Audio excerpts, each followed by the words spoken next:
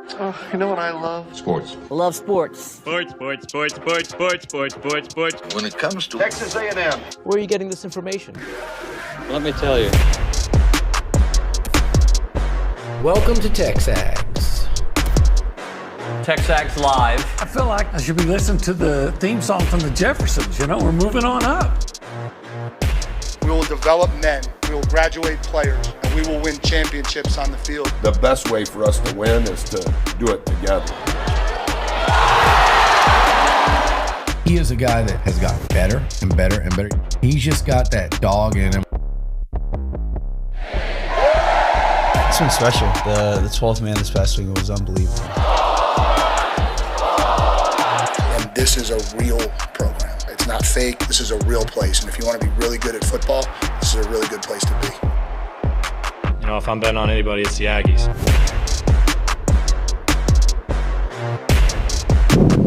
A little disappointed, Opie. I was happy about most of the weekend, but about 9 minutes ago, I walked in here. You had your Uncle Rico look. And then you put the product on to start the show. Yeah. Well, that's why. It's to avoid the Uncle Rico look. Well, I think the Uncle Rico look's a great look, and it's a pretty good weekend. You got to go to BR? Yeah, the only Hiccup? Texas media Okay. in Baton Rouge to see Wade Taylor set the record, the scoring record, and for A&M to win and nail down the 5th seed in the SEC tournament. The only Texas media there, once again, reinforcing the fact that TexAgs is the premier outlet for Texas A&M sports. That is 100% the truth. Hey, I don't always bring up the things that I bank on. Because very often I bank on things that I'm off. Okay. But this particular day, I said bank on Wade Taylor breaking that record in the first half. And I'm not saying I went out on a limb because that guy can do that at all times. It took him about 5 minutes? 5 minutes and I think 41 seconds to be exact. I think that's right. For him to cement his legacy, and look, he's already in A&M lore no matter what. He is the face of this era, right? Yeah. But for him to... By the way, face of his dad, he looks just like his dad. Does he really? Yeah, his dad's just, look at Wade 40 years from now, that's his dad. That's his dad? Yeah. Okay. Well, I think for him to cement his place like even higher than it is, we've got to have some March success, right? And that March success can be in the SEC tournament, right? Go on a run, win the SEC tournament. Cool, we'll take it, right? But I'm talking about March. Yeah, that's where great players are judged. Yeah. You know, when I ask you about Christian Laettner, what comes to mind? The shot? Against Duke in the tournament. Had that same shot been made in an ACC game, yeah, it'd been great. But, yeah, it was against Kentucky. And you think about... And who threw the pass? I don't know. Grant Hill. You think about Tyus Edney from UCLA, you know. The play, driving it all the first things. round matchup, wasn't that again? Wasn't that in the first round? Might have been. But you know, that's... So, yeah, tons of great plays are made throughout the season. And I guess you're remembered locally. But, yeah, to really raise your profile, it's what you do in the NCAA tournament, in March Madness. And, look, the bar's not that high. It's high, but...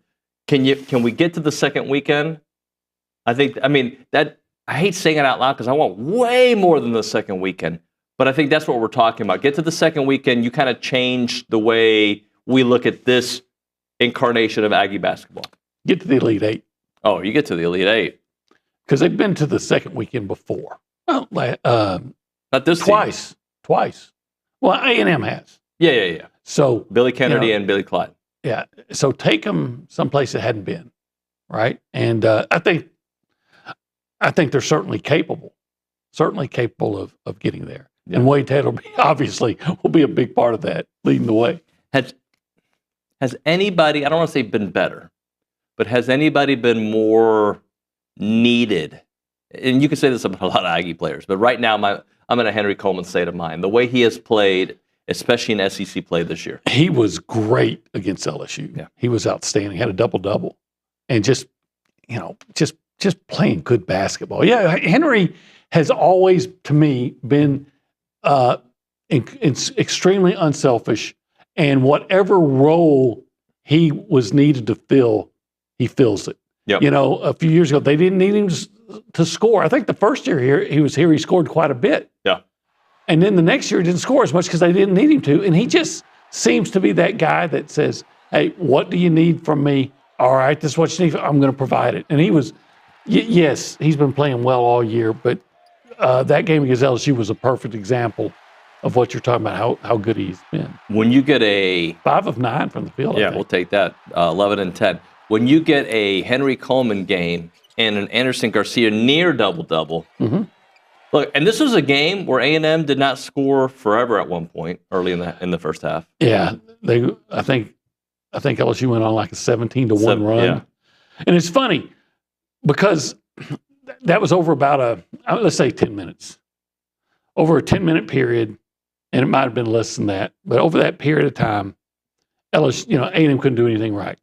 The rest of the game, the other 30 minutes, it was complete dominance. It was dominant. It was just that stretch. They fumbled around and made so many mistakes and missed shots that it made it what was going to be a 30-point win into a, 14-point win? 66-52, 14-point win. And also, I should have the numbers in front of me. I don't. How long did they keep LSU from scoring a field goal in the second half?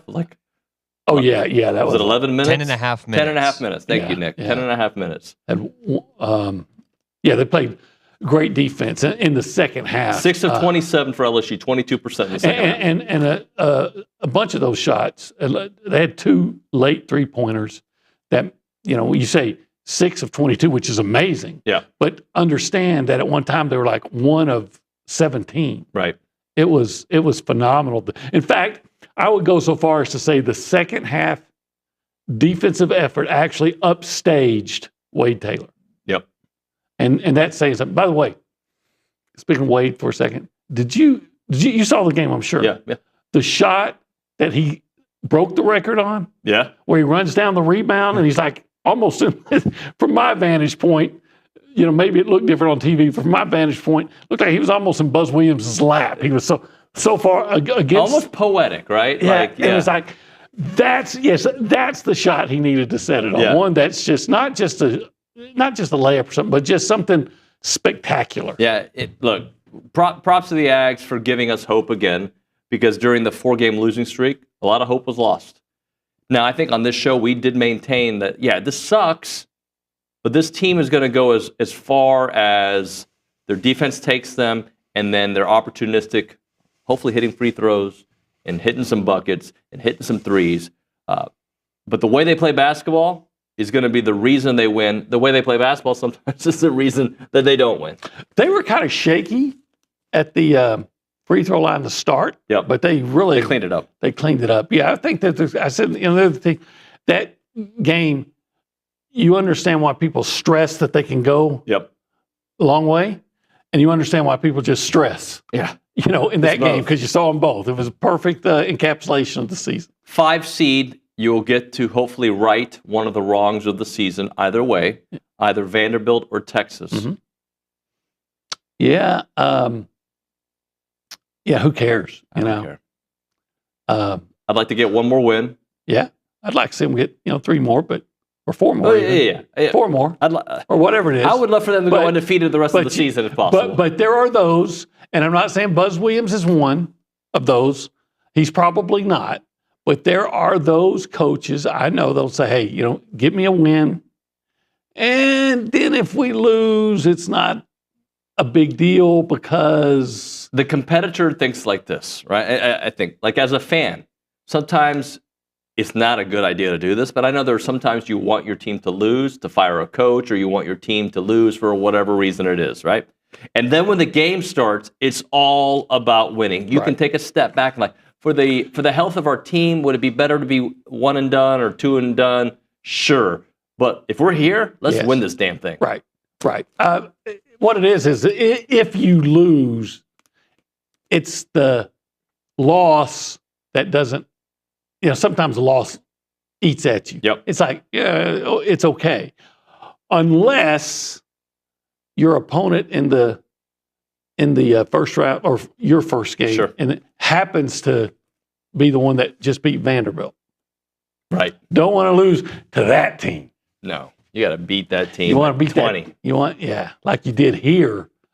But do it there. Yeah, and get that 28-point lead or 18-point lead. Just hold on to it. Hold on to it, yes, please. You don't want to lose to that team. Also, successful weekend for baseball, winning 2 of 3. Mm-hmm. I think this is follow me on this path, okay? I think had you lost that game Sunday with pretty good pitching, and you had a better start to the season, you'd look at that game and say it's just baseball. But because the margin for error is so small, you look at that loss Sunday like it ruins what could have been a great weekend. I think the frustration there is you scored 1 run. Yep. And had you, I know where you're going. If you lose, or if it's not that last game and you win the series, or if you just had better success during the season leading up to this, like like if you didn't drop a couple of, you're like, man, that sucks. But like good teams lose to bad teams. Yes, it happens. Right. But I think the angst for A&M fans in baseball is that you came into the season expecting a big hitting team that's going to score a lot of runs. Yeah. And then on the third game against New Mexico State, you get 1 run. Well, and then considering this team did not lose a midweek game last year, I believe they started the season 17-0. I'm fairly sure that's right. They're 9-6. I think they're going to have issues in midweek games this year. I do. But just keep winning series, especially when you start with Alabama. Yeah. Just keep winning series on the weekends. Hey, I don't know if the people know. They probably we haven't know. told them. But if you don't know, you're listening and watching TexAgs Live. We are presented by David Gardner's Jewelers. We are in the Rollo Insurance Studio. And this particular hour, we call it the Go Hour. And that's presented by? CC Creations. That's right. That's where I got this. Yeah, it's nice. I like that. Yeah. What do they call this? The crew? Is this what they call it? A crew sweater? Yeah. Crew neck sweater? Okay. Yeah. Why is it called crew? Well, that's just a word? Why not? I don't know. We're a crew here on TexAgs. If you want to go to CC you Creations. Are a crew. You're our coxswain. Pardon? You're our coxswain. Thank you. Thank you very much. The crew, the crew. Yes. The coxswain's the leader. I just want to make sure you say clearly. Yes. Anyway, where are we right now in this particular area? This is the cool zone, the holistic planning cool zone. Yes, it is, where you can have investment, tax, estate, and then I'm doing the old flipperoo on you. Okay, you are. You get those all 3 together. Yeah. You mix them into a bag, and you say, you know what? Now I want to invest in pro sports. By going where? Pro sports. Invest in prosports.com. If you want to be a part of the conversation this morning, you can call us up. Tell us how you feel about the weekend, both baseball, basketball, softball, whatever you want to talk about. 979-693-1150. If you call that number, we'll pick it up on the Buppy's Catering hotline, or you can text that number as well. 979-693-1150. Before we go around the room and say hi to the people. Yeah. I unfortunately was not able to listen on Friday. But I knew it was going to be great. And you gave Nick Savage such a great compliment. I don't ever give anybody compliments that aren't warranted, because I think if you praise someone when they don't need or haven't earned it, it's counterproductive. Sure. Because they think they're doing something well and stick to doing what's not working for you. Right. Nick Savage was a savage calling the game. I listened to him all the way from College Station to Baton Rouge. Yeah. And the wife was next to me, and we're like, Nick's really good. He's doing really good. And then, Bronny's always great. So they worked together. It was like a TexAgs extravaganza. And they were, Nick, you got a future. I hope so. And the future's now. Yeah. Hey, Nick. How are you? How are y'all? Buddy? I'm good. Well, I'm glad everyone seemed to enjoyed it. If you didn't, maybe keep that to yourself. But I'm just kidding. But yeah, thanks to Andrew Monaco for even giving me the chance to sit in the booth. So all I'm saying is, when Nick was calling the game, the Aggies were scoring about 25, 26 runs in 2 games. When Nick wasn't calling the game, they scored 1. So coincidence? I think not. I don't think. Well, Monaco is in Baton Rouge with y'all in Aggie basketball 1, so there's that. But again, just it was fun. I'm not, I'm excited about this SEC opening series with Bama coming up. Just got to figure out how to deal with the wind. You know what I mean? Like, or the elements out in Bluebell Park, because that wind took away I don't know how many hits from Texas A&M this past weekend, but we'll see if they can adjust to it, and that we'll see. And hopefully, expecting Caden Sorrell back too, so that'll be a big boost. Well, the wind the last 2 weeks has really been like a little bit more violent than I'm used to. Like just walking around town, much less the ballpark. Yeah, one day, was it Friday? It felt like it was in Lubbock. Yeah. There's nothing but dust in the air. Yeah, that's true. It was dust in the wind. All we are dust in the wind. From dusk till dawn. It's like Kansas. It's like Kansas. Let's go. Have you ever been to Kansas, Cameron? Not the state. I'm talking about the 1980s band who sang Dust in the Wind. I had no clue. Okay, no, I bet you a big portion of our audience did know that, though. Yes, I'm sure they especially Kaylee Dreyer, who's at the Angry Elephant News and Social Center. Dust in the Wind, Kaylee. Never been to Kansas. Or listen to the band. No. What do you have for us this morning? So, as y'all were talking about, Henry Coleman tallied his second double-double of the season and 17th of his career with 11 points and 10 rebounds, and Anderson matched that with 10 rebounds as he joined A&M's 300 offensive rebound club. Anderson has 301 in 101 games at Texas A&M. Awesome. Anything else for us this morning? And then looking over to softball, yesterday Texas A&M lost a close one to Florida, but a key point was Emily Kennedy, who pitched the entire game and matched her season-high 8 strikeouts while allowing 4 runs on 5 hits and 7 walks on 153 pitches. And on Friday night, she got the win and walked it off against 3-2 against Florida, pitching all 7 innings as well. That was a cool ending. I don't know if you saw the highlights of that one. It was really nice on Friday night. I did see the highlights. Yeah, it was good. All right, they'll get back on track. Thank you, Kaylee. When we come back on TexAgs, let's talk NFL Aggies. Okay. Got a couple different storylines from some legends, right? Cha-ching and hopefully some cha-ching at some point. We'll talk about that on the other side. Right now, though, we're going to have to wait till Thursday. You won't be in town. No, I won't. You will be in Nash Vegas. Yep. Hanging out with Luke. He said he's set up a day at the spa for you guys, mani-pedi, whatever you guys are into. But if you were in town, you would probably say, Luke, we're not going to do that. We're going to go to 1775. Yeah, and I guarantee I'm going to eat well in Nashville, but I'm not going to eat barbecue. Why would I go to Nashville for barbecue when I have the best barbecue in the world right here in College Station? Heading out towards Snook, about 4 or 5 miles out of town on the left, or 1775. And what would you order if it were Thursday at 11:36?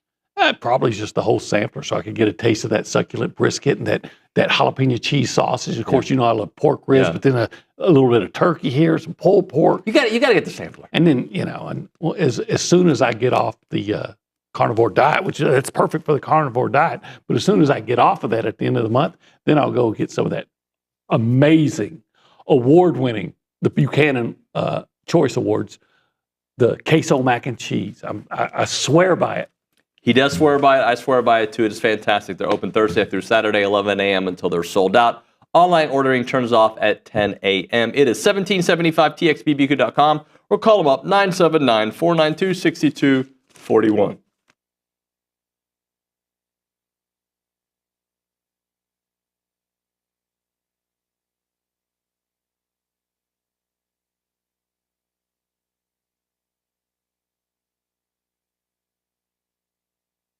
What's up, TexAgs? This commercial break is brought to you by my good friends over at Aggieland Chevrolet, the official automotive sponsor of TexAgs.com and me, Billy Liucci. Greg Gunn is the proud owner of Aggieland Chevrolet and invites you to visit the dealership to experience true Aggie hospitality.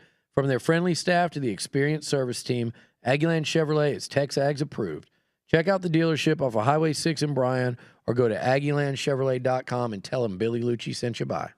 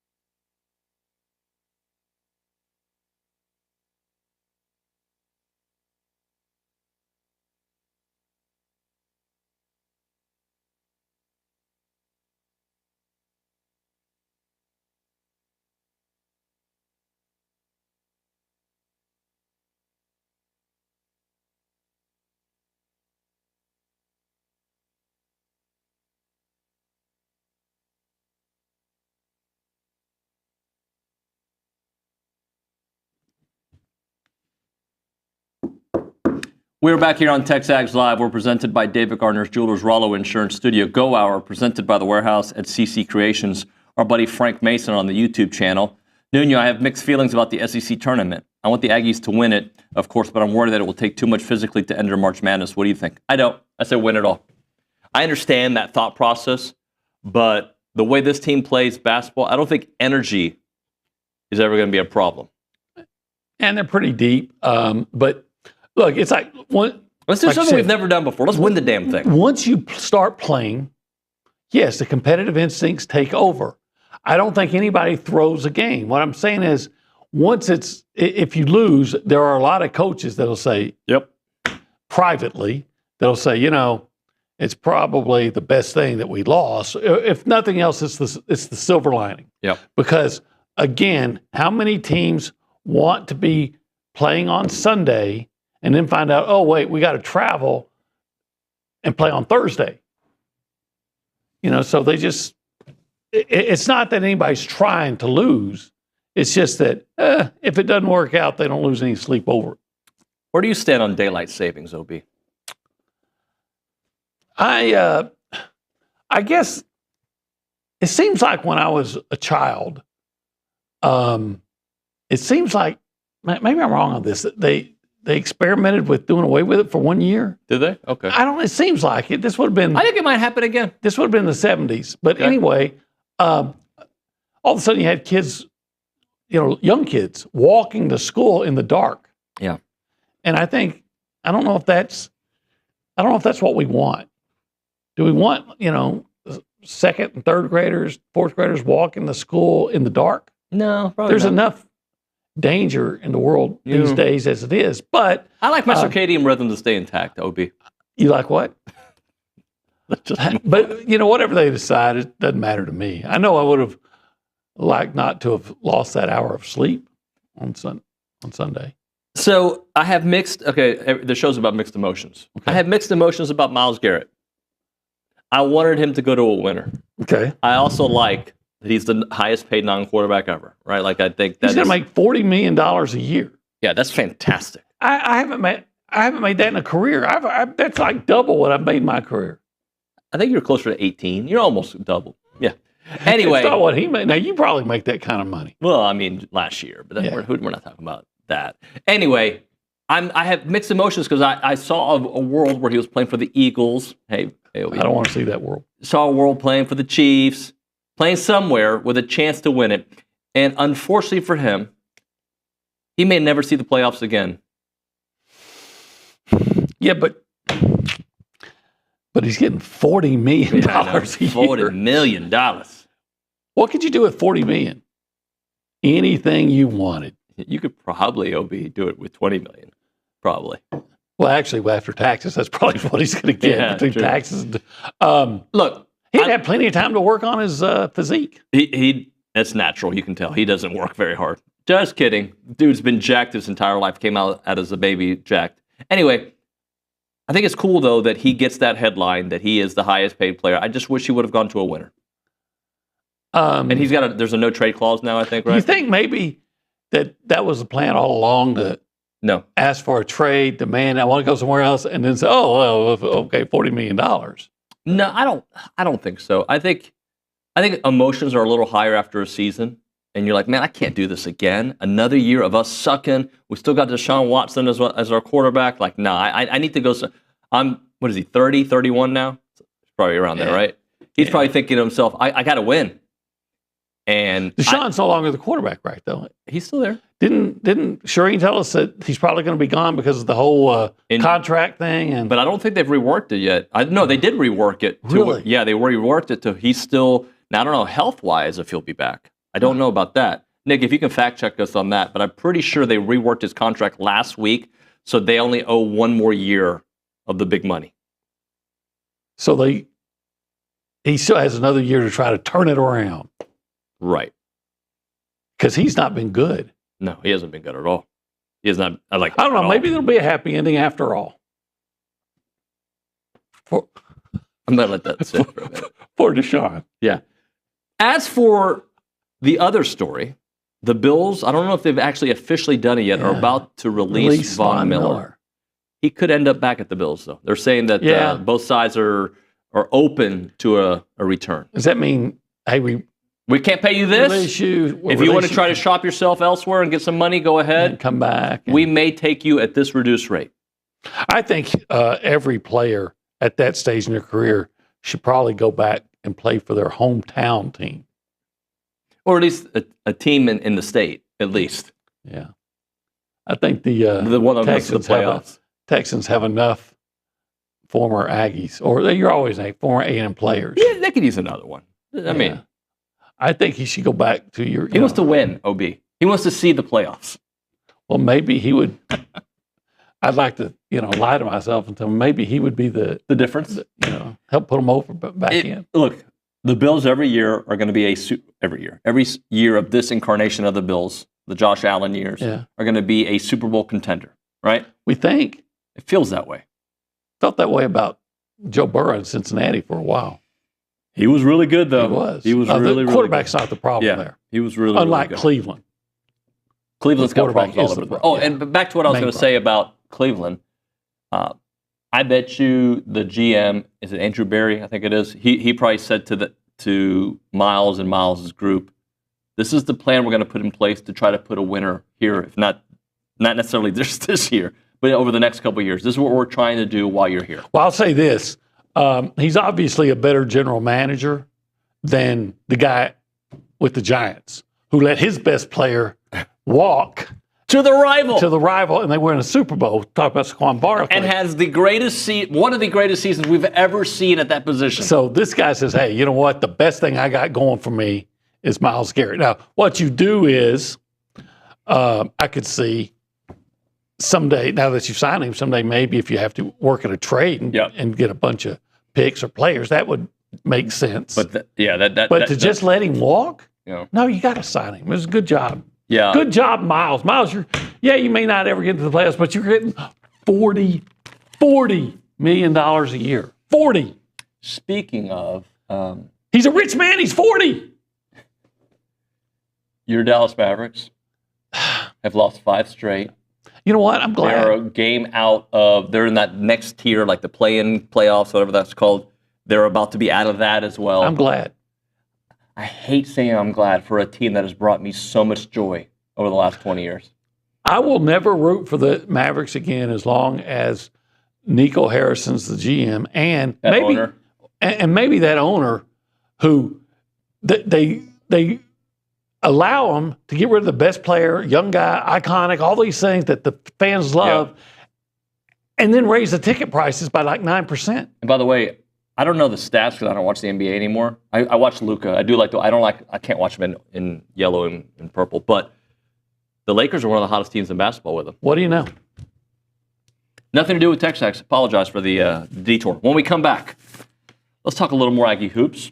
Yeah, let's do. 2 seed maybe? Maybe? 4 seed? 3 seed? 3. Okay. We'll talk about it on the other side. Right now, Caldwell Country Chevrolet. They are on Highway 21 in Caldwell and online at caldwellcountrychevrolet.com. The great selection of whatever vehicle you're looking for. Truck, SUV, midsize, you name it, new, pre-owned. They've got it all there at Caldwell Country Chevrolet. They're also a business elite dealer, so no added prices to their business fleet. When you go there, they'll help you find the right vehicle for you. They have they're locally owned and operated by Aggie alumni and complimentary pickup and delivery for their service customers, which includes free oil changes for life of your purchase as long as you own that vehicle. It is Caldwell Country Chevrolet, a proud supporter of Aggie Athletics, a strong and committed sales staff with many years of experience satisfying customer needs. We're talking about a 15-minute drive, the edge of Bryan to the beginnings of Caldwell. A short conversation away, but you'll see the difference when you step on the lot and do business with the great people at Caldwell Country Chevrolet. Highway 21 in Caldwell, online, caldwellcountrychevrolet.com.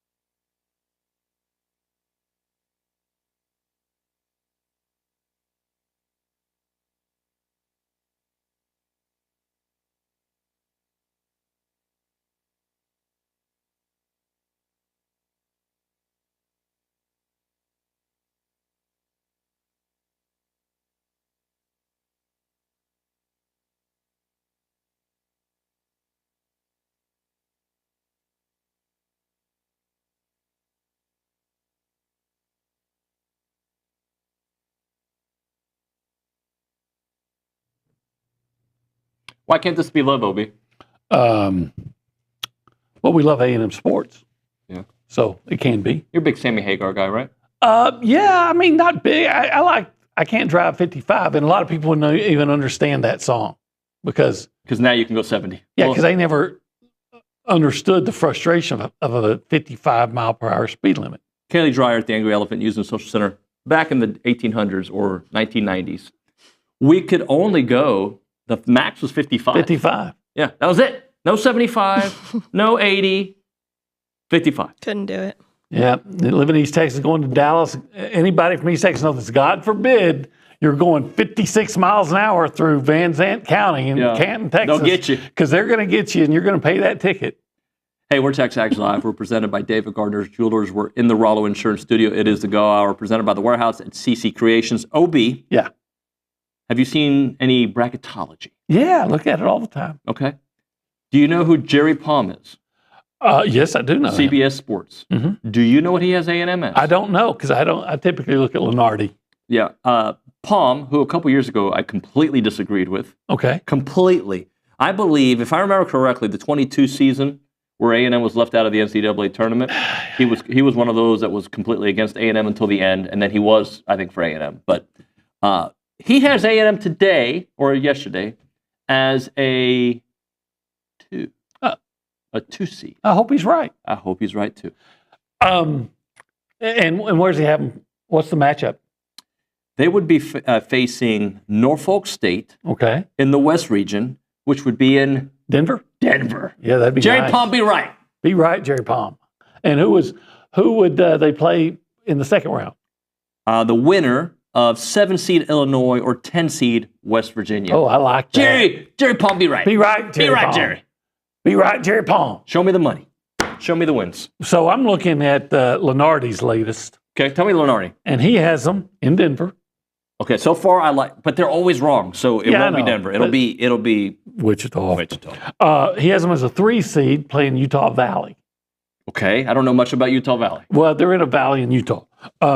And with the second round, a matchup between Illinois. You know who's the Illinois coach? Remind me. Brad something. He was the coach at Stephen F. Austin.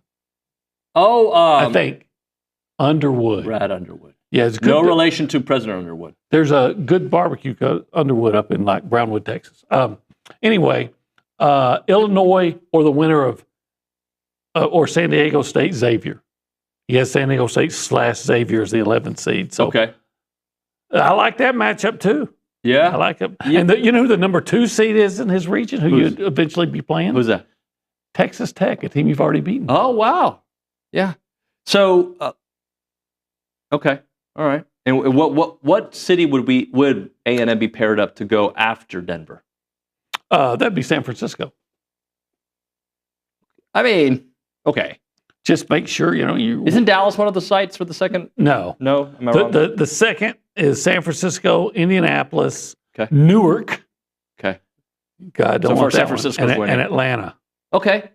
We go to Atlanta every 3 weeks. It feels like Atlanta, but let's just skip. I think in all that, I might like Indianapolis, but San Francisco. As long as you watch where you're stepping and you don't step in any, excrement, or needles, you should be okay. So here's the bottom line, though, OB. They have to continue doing what they do well. I know I left you thinking, like, what do they do well? It's the same recipe it's been for the last few years. Offensive rebound like a mother.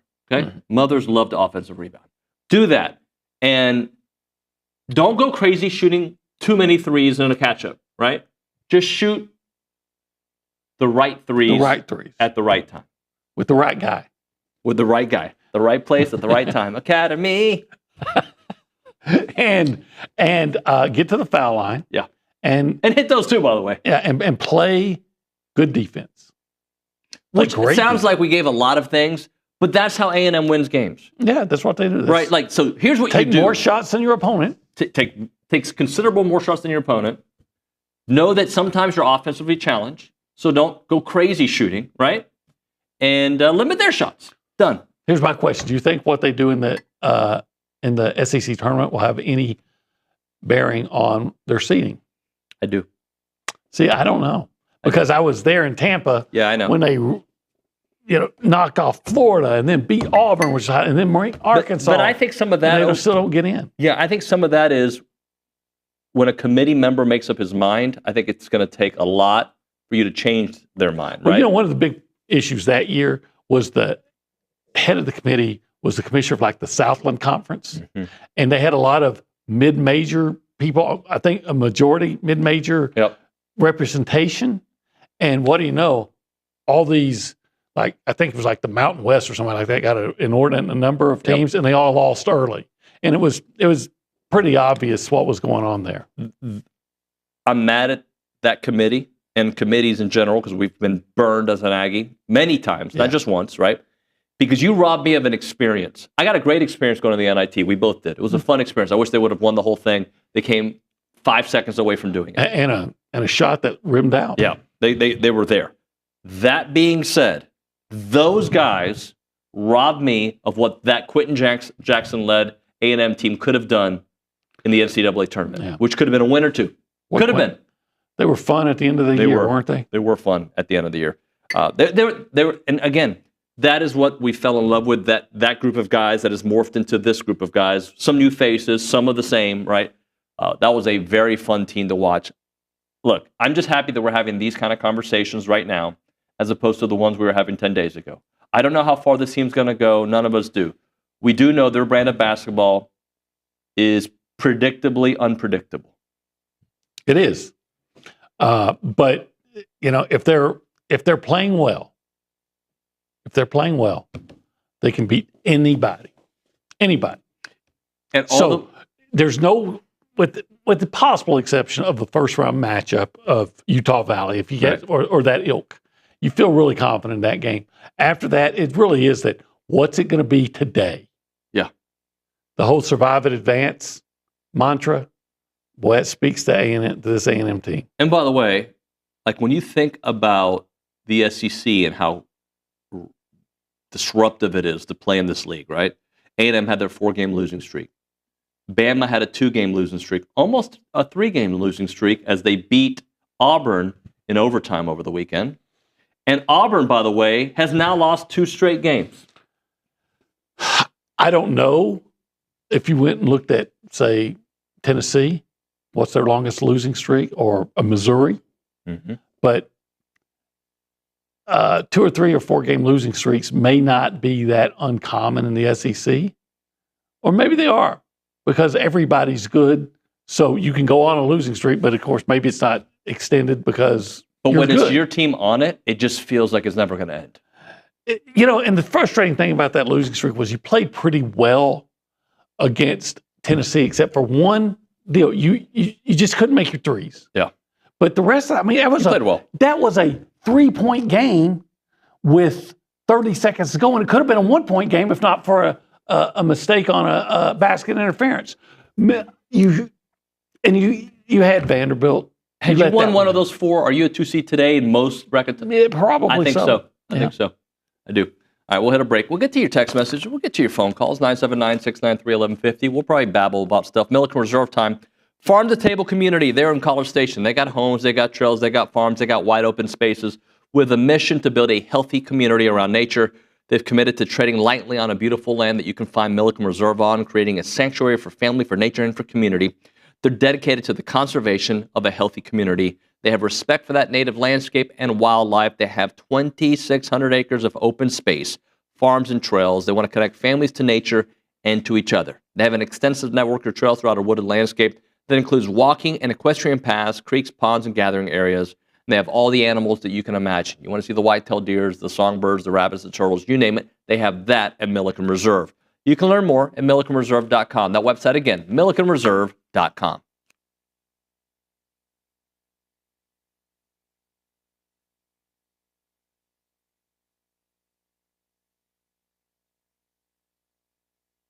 Let's talk a little Snaps clothing. David Nuño here, and I love wearing Snaps clothing everywhere. I've got the flannel on right now. You've seen me in the Tailgater collection with the A&M gear. It is fantastic. If you see me around town with my sons, Christian and Cruz, they've got a bunch of Snaps gear. When they have big games for Consol, they wear nice clothes, so they wear their Snap stuff. And I'm telling you, with baseball season here, let's all kind of go looking stylish and fit to the games there at Olson wearing the Snaps clothing.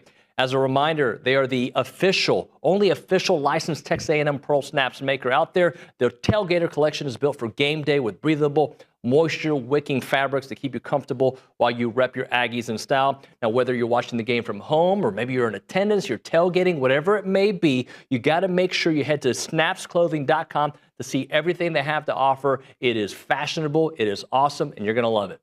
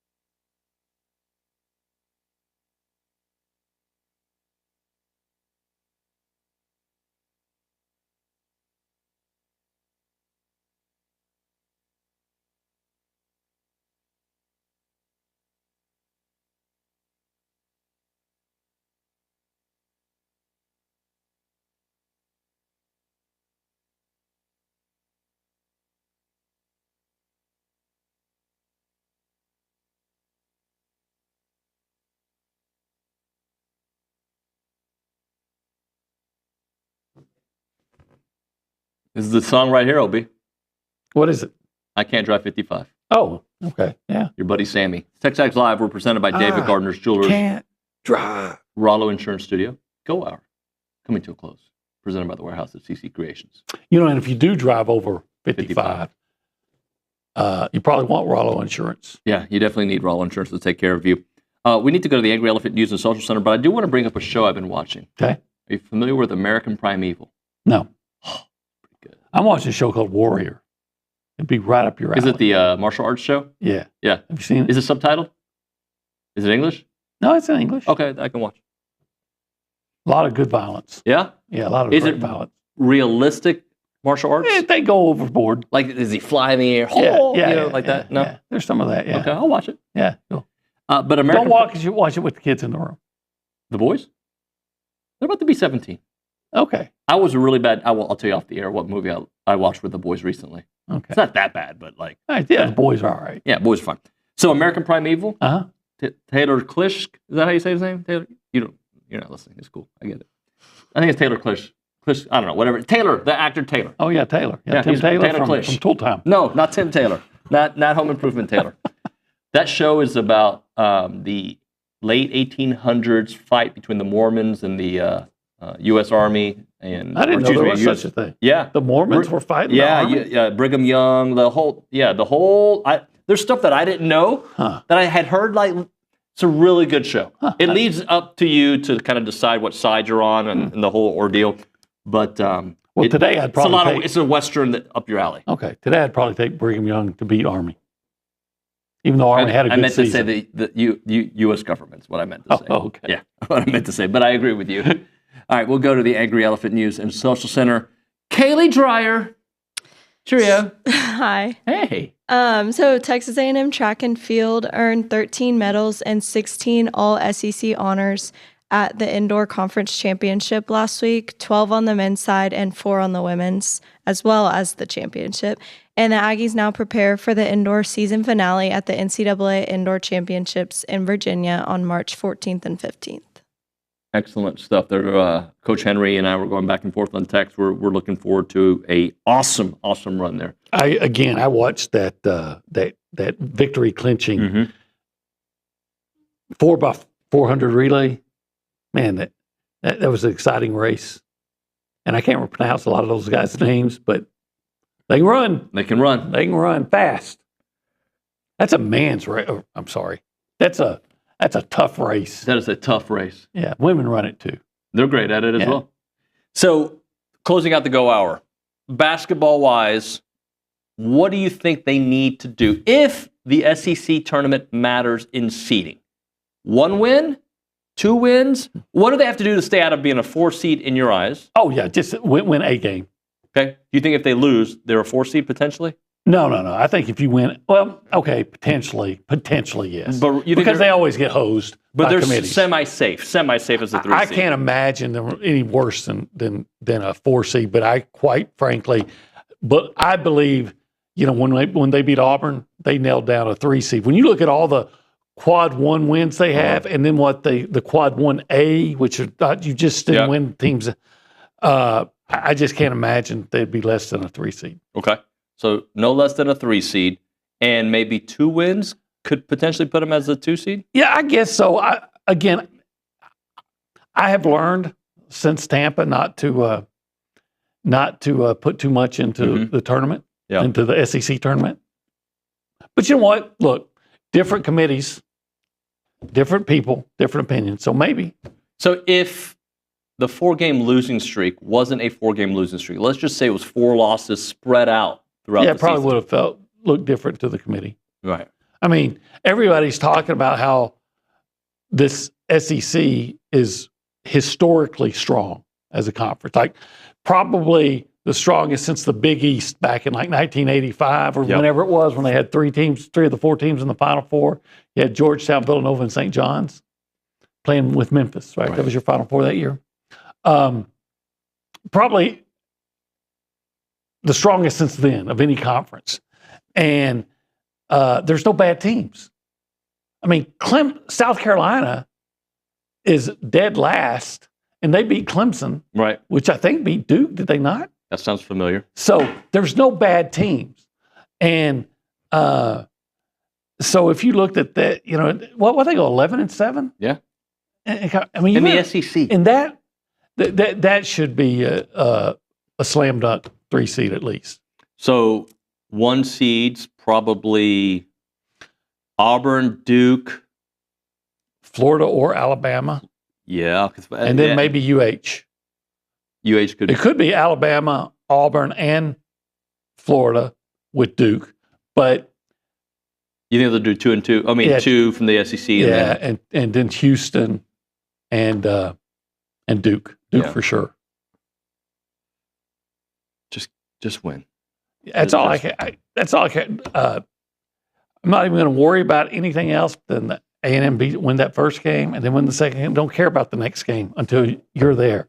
Survive in advance. And we still have another tournament before then. But I love March Madness. If they go undefeated the rest of the way, they win the championship. All I want from A&M after this week is 6 wins. That's all I'm asking for. That's not that much. Just 6. They've won 6 in a row at one point. That's just half of the 12th man. Thank you, Obi. When we come back on TexAgs Live, we'll talk to Michael Earley with Ryan Brauninger here in studio. That and more is TexAgs.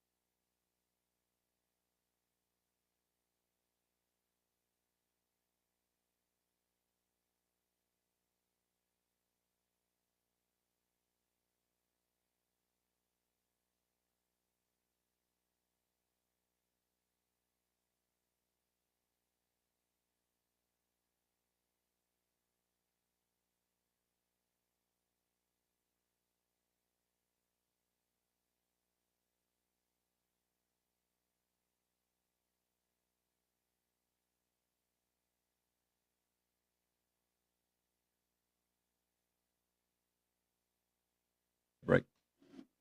And we are back here on TexAgs Live. We're presented by David Gardner's Jewelers. We're in the Rollo Insurance Studio, hour number 2 of the program. Ryan Brauninger is in studio for our weekly conversation with A&M baseball head coach Michael Earley. And that is brought to you by Duck Camp. At Duck Camp, we know the best moments happen out there on a boat, casting a line, or hauling the catch of the day.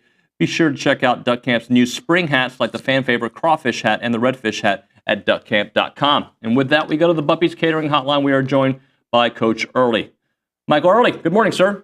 Good morning, guys. How you doing? That was such an awkward intro of calling you Coach Earley, then going with your full name. I apologize for that. But just let's talk about the weekend winning 2 of 3 and a lot cleaner baseball this weekend.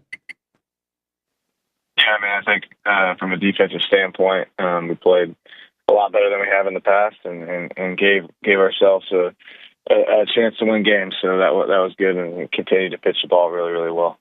What flavor of Bluebell are you planning on trying this morning? I hear y'all are out at the creamery. Yeah, I'm actually sitting in the parking lot right now waiting for the bus to get here. I didn't want to do this on the bus. I was afraid, so I drove over here a little early. So yeah, I'm not sure. We'll see once I get in there. Do you have any responsibilities bringing Marshall, Mia, and Maddie ice cream back from Bluebell? No. If they can't get up and come, they don't get a reason to. So spring break for them, so they're down for the count. Well, Coach, I guess going through this, when you look at your lineup, and we kind of talked about it over the weekend, at times you've run out 3 true freshmen in your starting 9, and I don't think in December or January you had that on one of the many lineups that you guys had made in the preseason. So when you look at kind of how that freshman class overall has done on the mound and at the plate, how pleased are you with their progression early in the season? Yeah, I think they've done a really nice job. And we haven't gotten to SEC play yet, but just college baseball in general for freshmen is tough. And to see what TK's done so far, I mean, what he's done with the bat is great. But I mean, just how he's playing defensively, I think it's been huge. And then I think Sawyer Farr, you'll continue to see him grow, and some other guys you'll see get some chances to get in there. So I mean, that's been good to see. And they just they continue to grow up every single day, and hopefully by midseason they're looking like sophomores more than freshmen. When you look at yesterday, and you drop the finale to New Mexico State, does it digest a little bit differently than some of the other losses that you've seen this season? Because I think the game of baseball beat y'all yesterday. Yeah, I was trying to figure out whether it was better or worse. Because it feels like as a coach, you're always looking for something to get better at. And there was a few at bats I think we could have finished where I think we might have swung at some balls that were up, but at the same time, those balls were getting called a little bit throughout the game. And I think Coach Fox texted me yesterday. We hit 17 balls, like 95 plus, and they hit 6. And yeah, I think you're right. I mean, that's almost, it's not more frustrating than as a coach, and you're looking to like pick at something so you can get better at it. I mean, we hit the ball well, we pitched the ball well, we fielded the ball. We just didn't get a hit that found grass like theirs did in a situation, and that was the unfortunate part. So it was, I agree with you. And then as you go through the weekend, I mean, you'll never apologize for getting the starts that you've gotten really over the course of the year between Prager, Lampkin, and Miles Patton. But was there a time maybe in the 19-0 win or the Saturday game where you're like, man, these guys are just cruising through hitters. I'd like to see more of these bullpen arms before SEC play. Or was it more about, hey, we got to make sure that those 3 are lathered up and ready to go once Bama rolls in here next week? Yeah, it was more, I mean, we got to make sure their pitch counts are where they're supposed to be and they continue to build. I think there's like everyone the recipe like for injury sometimes is if someone is overthrown and not built up, if they take a dip in pitch count and they're you know what I'm saying? So you got to continue to stay lathered up, as you said, and build up. But also, like, if they're pitching well, and we just want to continue to play. But, yeah, you like to see other guys, but at the same time, I don't want to say we're past that a little bit, but like when those guys are rolling, we're going to let them roll, and then the bullpen guys will get in when they can get in. Talking to Michael Earley here on TexAgs Live. Coach Earley, staying with the rotation, Ryan Brauninger, 200 career strikeouts as an Aggie. Just his consistency. We talk about him every weekend, but he just keeps adding to what he's done here at A&M.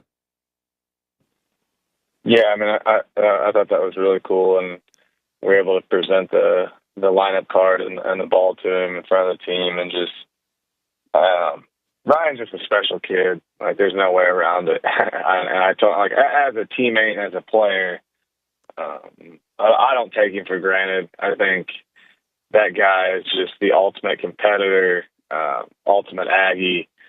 Talk about the courage just to come back to school because he stuck to what he believed in. And I told some of the younger pitchers and even younger players, like, he's not the only one on this team, but what an example for you to get a look at every single day. Like, could you think of a better example of someone from a teammate standpoint, school standpoint, just courage standpoint, willing to bet on himself, all of those things is what Ryan Brauninger is. And I think, there's some young guys in that locker room. If you want to see how it's supposed to be done and see what it's supposed to look like and how you're supposed to add. And I haven't even talked about how good he is yet.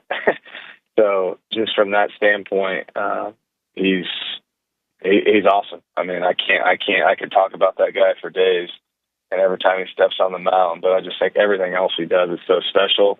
That's why when he goes out there and competes, he doesn't have to worry because he knows he's put in the work. Coach, when you go back and look at the previous 7 days of games and you go start with the Rice game in Houston and then all the way to yesterday, you lost 2 games in there. But to me, you only had one stinker that looked like the rest of maybe some of the ones early in the season where you were waffling on some things. So when you go back and you digest and you take in what you guys have done over the last 7 days, where are you at in terms of the trajectory of this club going into obviously a midweek against PV, but then Bama coming in and a guy you know well and Rob Vaughn, whose team's playing well? Yeah, it's losing is never. I don't want to say never okay, but it's never the standard. But at the same time, I do feel like we've made some. I do feel like the trajectory is headed in the right direction.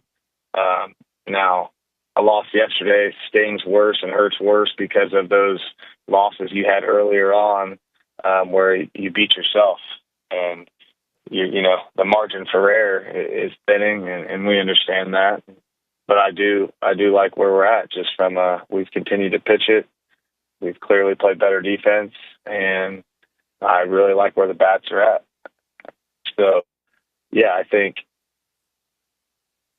would we have liked to win yesterday? Yeah, I'd like to win every game, but at the same time, I feel a heck of a lot better today as opposed to how I felt last Monday or the Monday before that. So, I think we got to play clean again tomorrow, and then roll in, and we're going to have a really, really good Alabama team. Overall, Coach Earley, how did you feel about situational hitting, 14 of 31 with runners in scoring position in the first couple of games? Yesterday, 0 for 2. Yeah, I thought it was good. I mean, I think I even saw the game. I think we left 4 guys on because we didn't get guys on, and yeah, I think it's been good. Guys have been having good at bats. There's been a couple situations actually in the games we won where this swings got a little big with the runners at third base. Less than 2 outs that came from a couple, I want to say inexperienced guys, but guys that haven't really played here that much. And stuff like that's going to happen, but at the same time, it's got to be better because that margin for error not only thins on a season, but when you start to play, it's no secret when we play against better competition, you don't know when that's going to come. And just like the other day, too, we had, Gavin Cash has been playing great, but he had a ball hit right at him when he's at second base. He should have been at third. He kind of got in the shortstop's way, which I think helped the play a little bit, but he should have been at third. Next pitch, shot hits a fly ball. That's a run, even though they had a great double tag. But I think for the most part, it's been good. But at the same time, I still think you got to continue to get better and not make those little mistakes because you never know. You never know what run or what situation might win or lose you the baseball game. As you've made these moves and kind of settled in on a defensive alignment, you've inserted Jamal George, who's the ultimate utility guy, but hadn't probably played as much right field as he had some other positions during the fall and preseason buildup. What have you seen out of Jamal? And, he does take these big swings for a smaller guy, but that's kind of like in his nature. Like, how do you coach that guy? Do you tell him, hey, we kind of need to tone it down with 2 strikes, or are you free to let him swing? Yeah, yesterday, even before, I was working with him a little bit before the game on hey, 2 strikes, man, just spread out a little bit, get on the plate, try to ground to second. If there's a guy on third, and he got in that situation once. Actually, when he was doing that, his swing was better. So he's going to, have to continue to make those adjustments. It's just, it's not negotiable. He's not taking big swings, so he's trying to hit a home run. He's just wiry, competitive. He's just trying to hit a ball hard. And sometimes when you take an aggressive swing and you chase out of the zone, the swing looks bigger. But yeah, he's going to have to tone it down, and we'll continue to work with him on it. And you won't. It's one of those things you got to make those adjustments, or someone else is going to play. Not to sound like crappy about it, but he will make that adjustment. We'll make sure of it, and it's because for him, it's not coming out of any sort of. But him just being ultra competitive, he just needs to tone it down, and he will. Talking to Michael Earley here on TexAgs Live. Coach Earley, let's talk Caden Kent. Been so consistent, so hot for you this season. Just talk about his consistency, at the plate.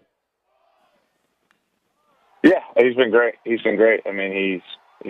having great at bats, and when he gets a ball in the strike zone, he gets his swing off, and no surprise to us. The kid works really hard, and he's been doing it.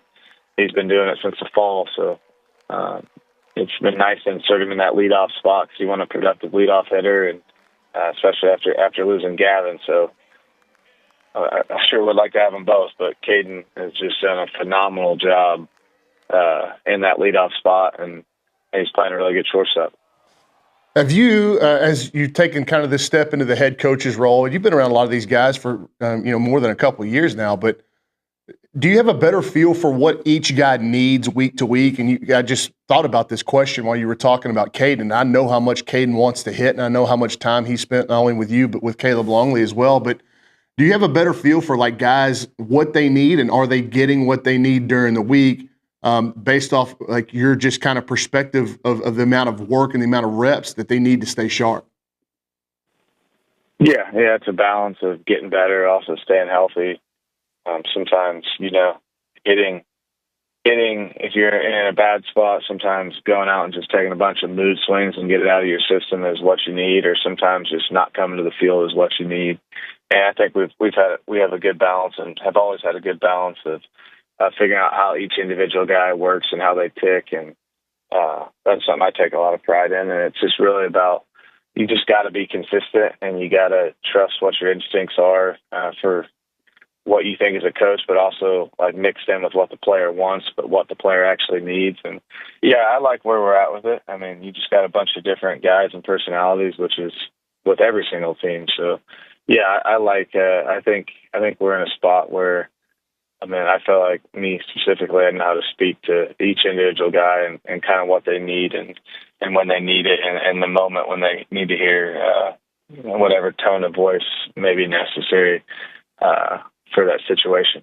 Yeah, it's one of the things I don't think people really understand is, as a coach, you've got to be able to speak multiple different languages to get your point across to a lot of different kids. But on Tuesday, Coach PV comes in here, the final midweek before conference play starts. I know kind of going into the season, just like everything else, you have a plan for maybe how you want some of these midweeks to look, and then the season goes how it goes, and your plan may go out the window. So any chance tomorrow that you're going to get some guys, maybe some at-bats that haven't been getting them as regularly, or are you going to try to run out your same 9 to build that cohesion?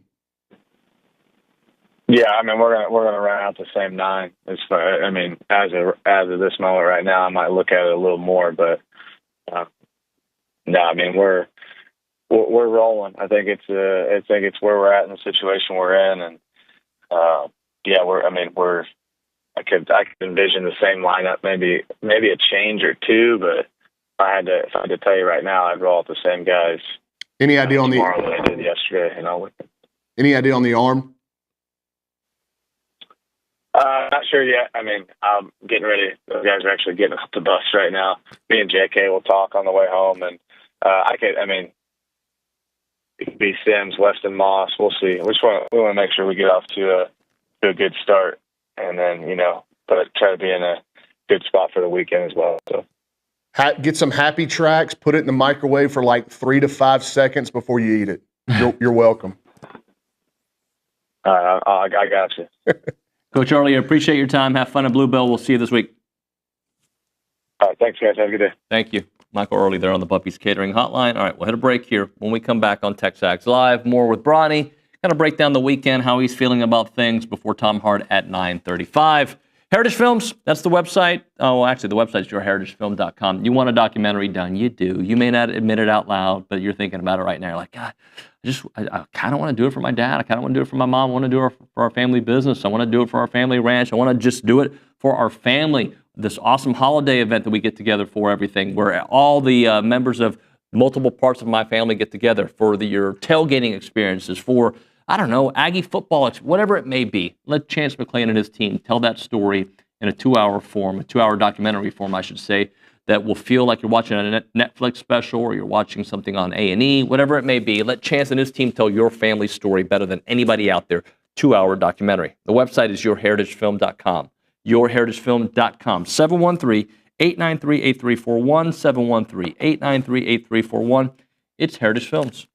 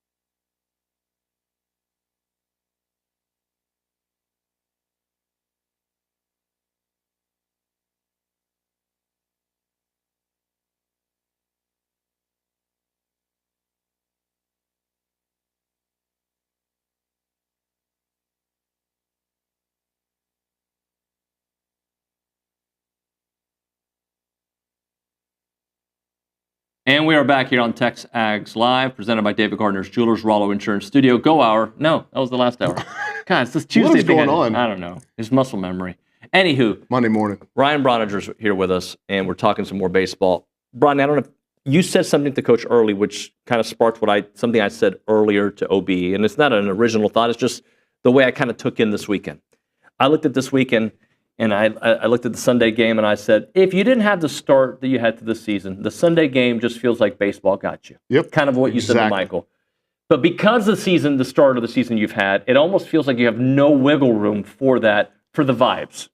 Well, again, like you if you want to look at just yesterday, you can say that. But when you look at the totality of the season, the losses yesterday was fine.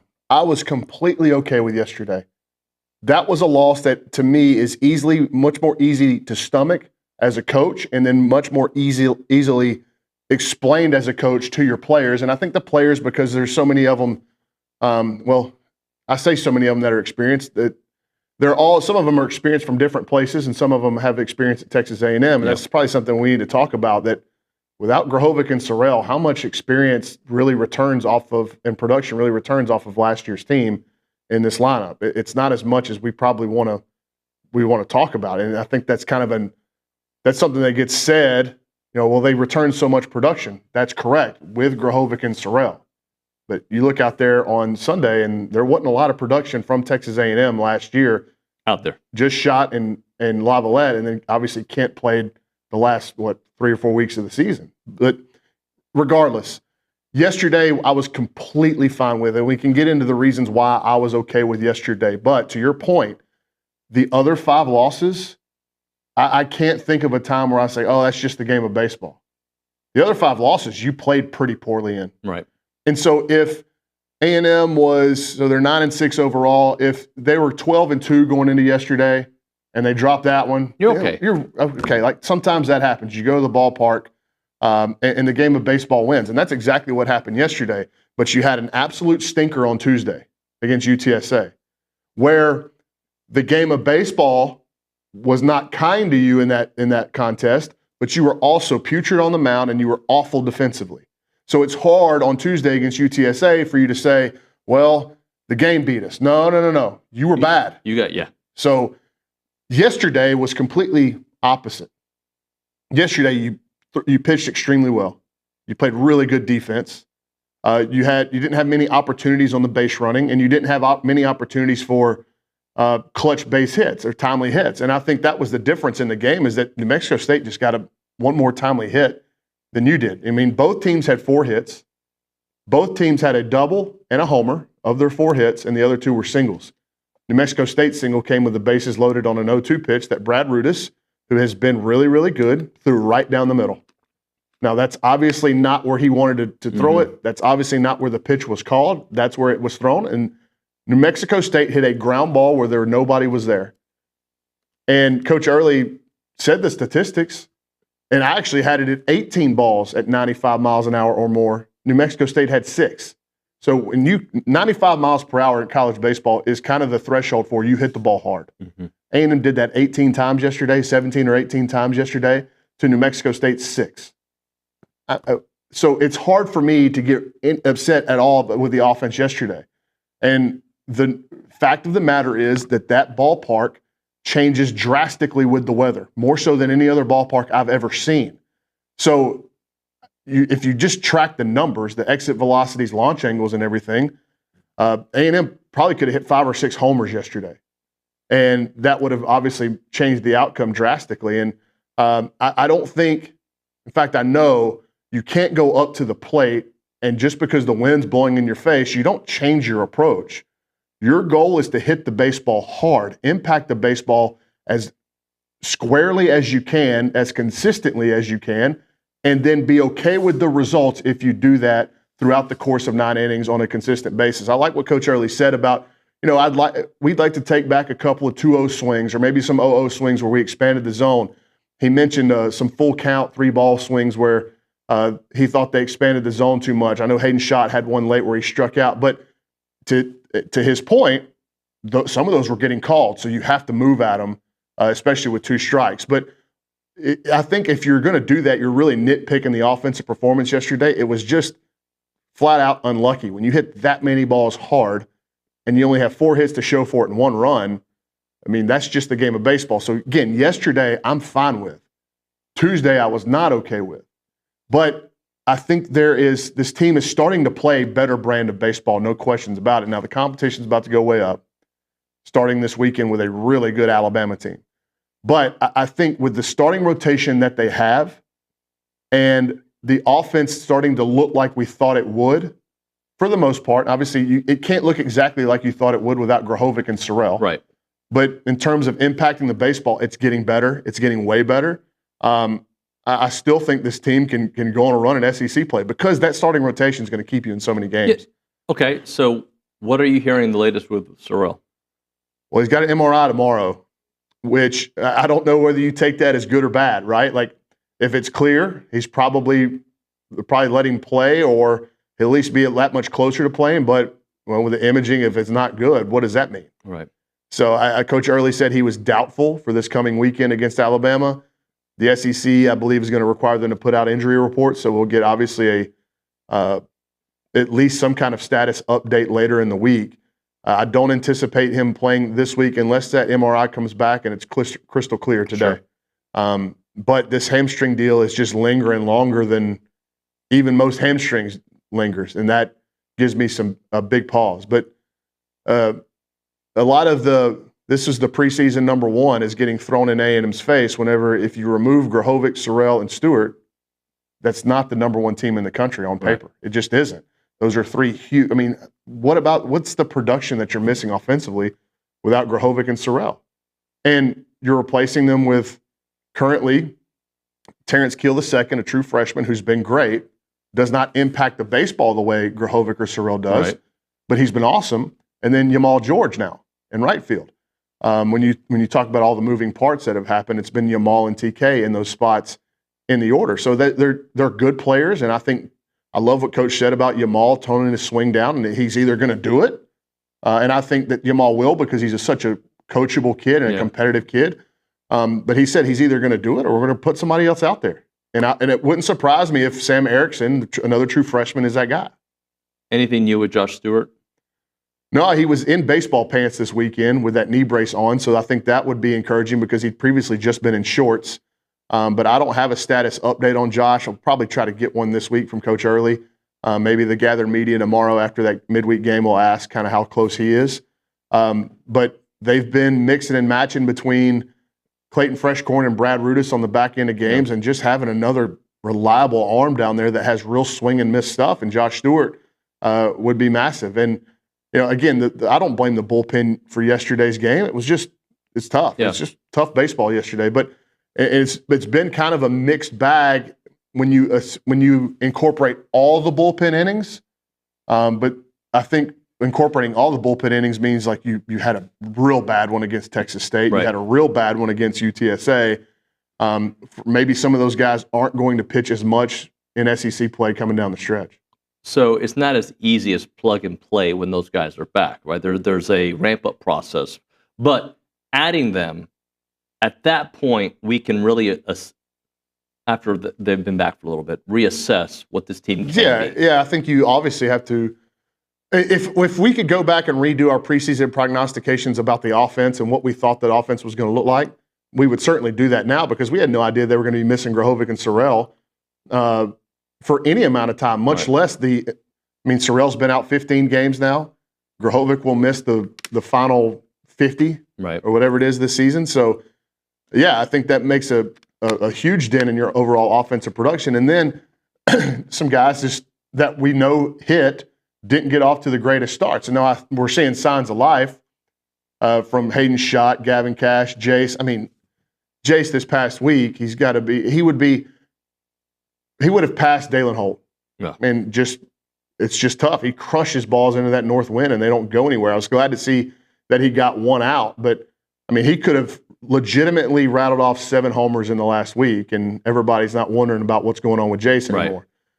But I think Jace, talking to him over the course of the weekend, he's in a good spot. He understands that he's striking the ball really well. I think Schott's taken an uptick in terms of his ball striking. And then obviously Gavin Cash is now looking like the guy that we expected him to be coming in from Texas Tech after a really productive couple seasons in the Big 12.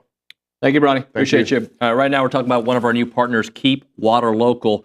Most of us do not stop to think about the water that we drink often, but when you do, it's easy to see that water is the lifeblood of our community, fueling our homes, our businesses, our schools, our quality of life. Like other southwestern communities, Brazos and Robertson counties face ongoing challenges like drought, seasonal high temperatures, shrinking groundwater reserves, and now out-of-state entities and neighboring municipalities in the Brazos River Valley are collaborating to siphon away our city's most precious water. It's our water. That's why Keep Water Local was created, a coalition of residents and business leaders, influential voices united to protect our water and way of life. You can help. Together, we can make our voices heard and ensure that water stays here, supporting our community. Your voice, however, will, if you choose to express it, matters and helps them stand together to preserve their precious water reserves. Visit the website keepwaterlocal.org and click on Get Involved to see how you can help keep our water local.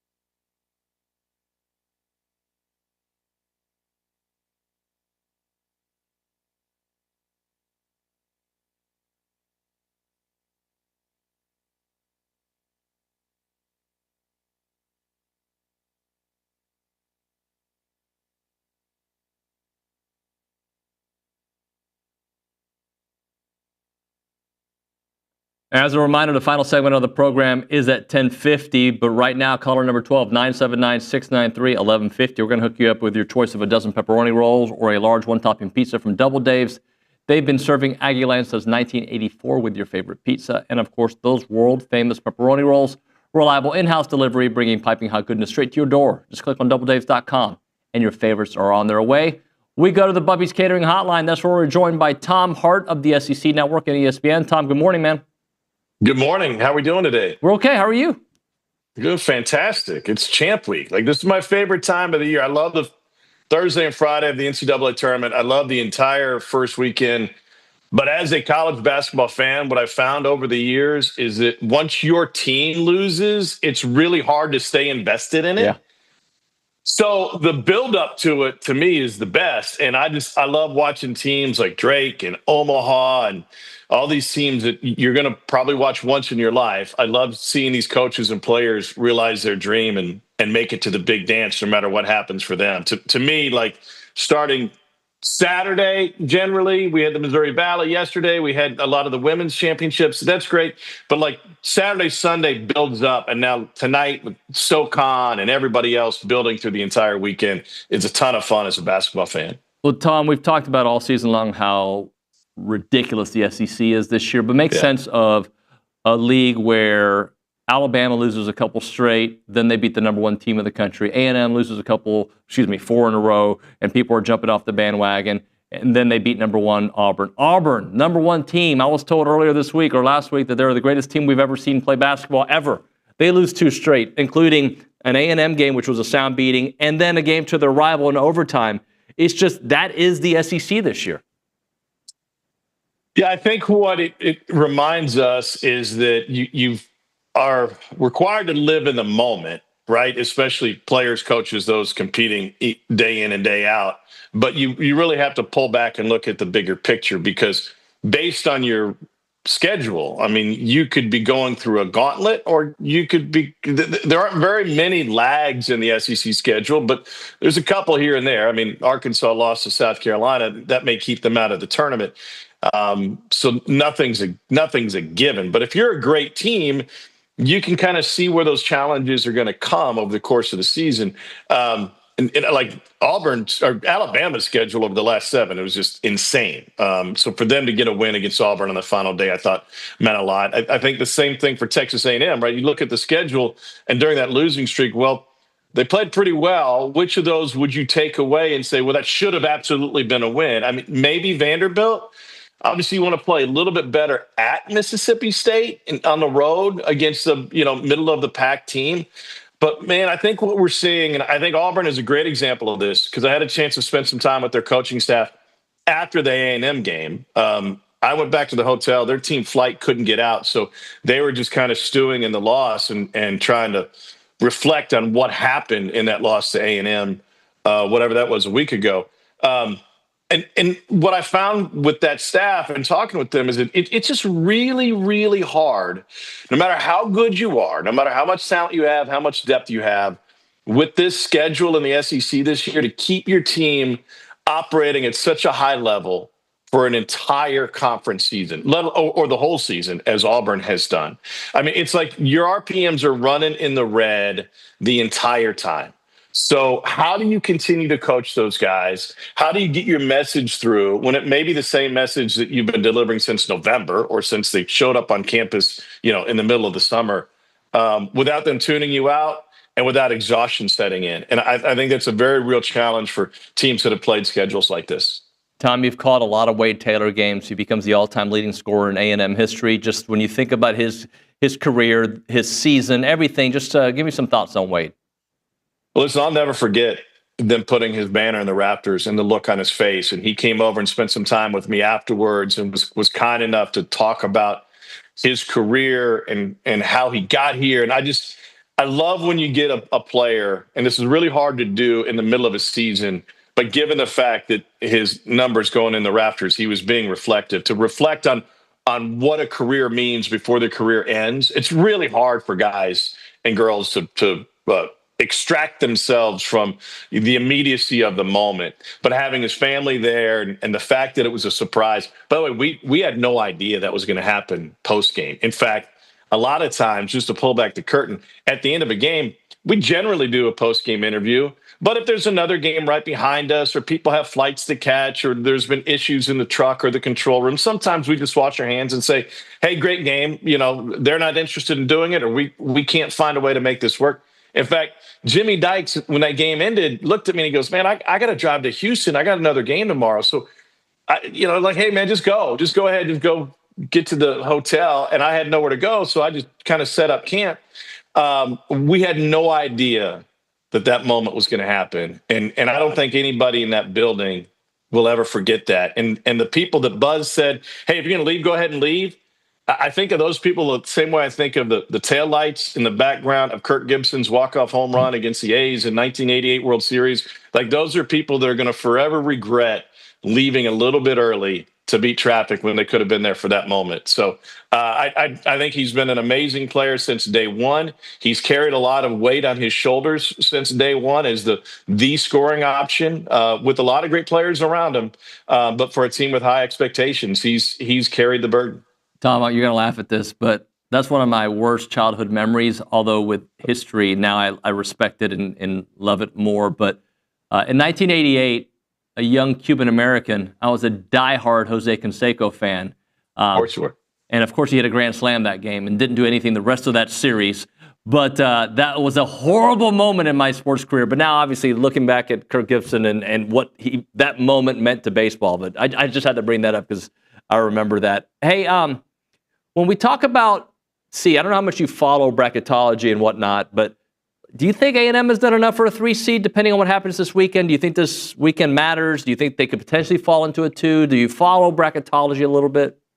Yeah, I follow it, but I don't get in the weeds about it because, and I understand, like, it is a cottage industry, right? And I understand the differences between a 3 seed and a 4 seed and a 4 seed and a 5 seed and the benefits that come with that. And that's all great. It's hard for me to get in the minutia of it when we have games going on. So I think the biggest race right now of most interest to me is who's going to get that 4th 1 seed.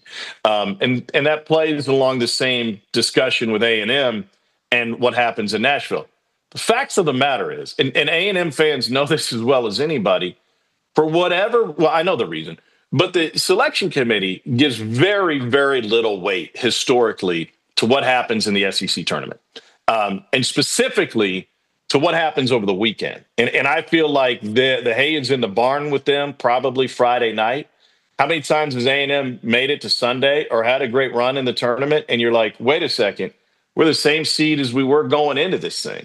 How did we just beat 3 amazing teams, 3 of the best teams in the country, and that didn't improve our lot at all?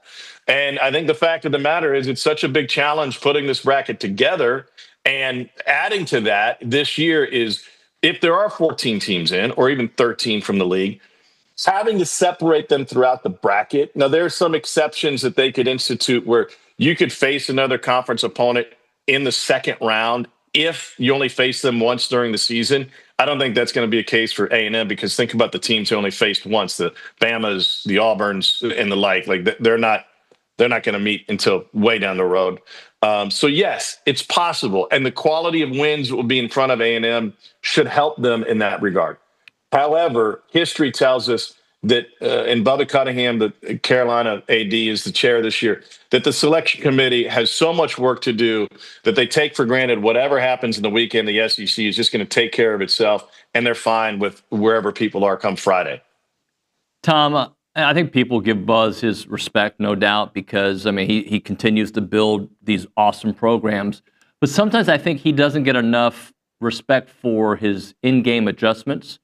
For instance, they've been down at the half 12 times this season. Now, that could be an issue, right? Like, you don't want to play, but they've come back to win those, and 5 of those by double digits. Just in LSU was one of these where they weren't playing really good in the first half. They had that huge scoring drought, and they came back and won. Just talk about Buzz and his ability to adjust on the fly. And really, sometimes during season, too, he'll see an area of weakness, and he finds a way to fix it for the next game.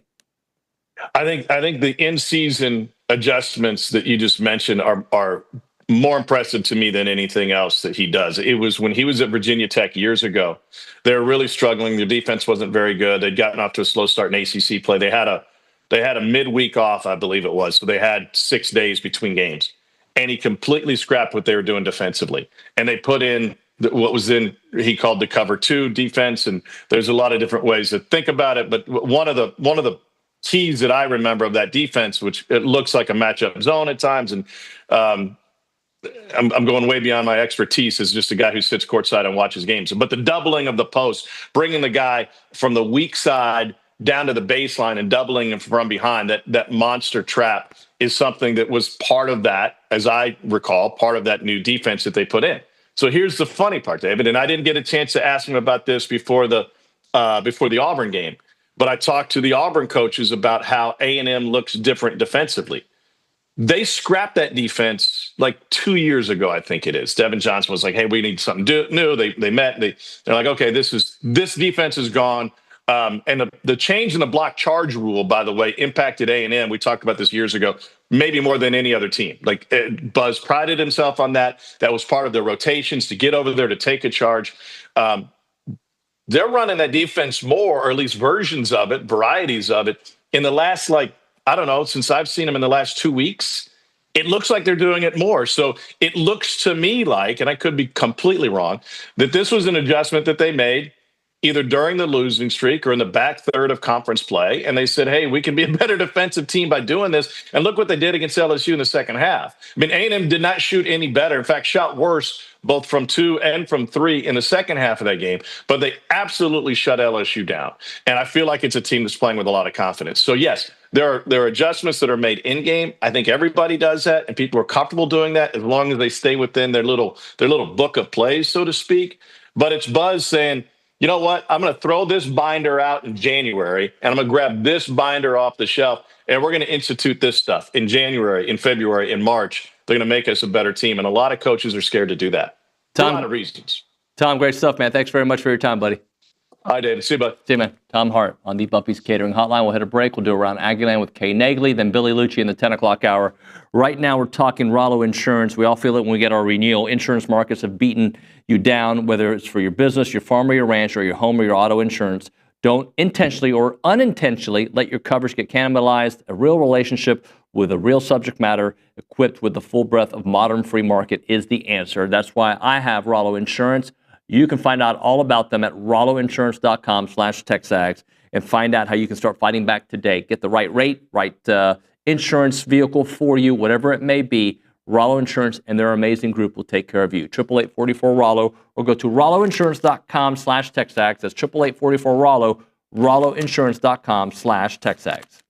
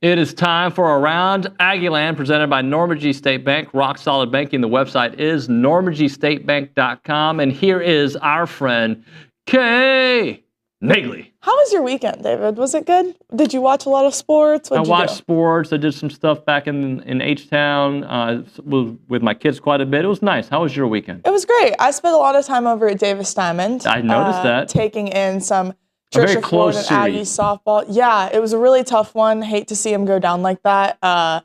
Game 1 Friday night was awesome. And just to have the win it the way they did, walk-off fashion, and then everything Emily Kennedy did just got swept under a rug.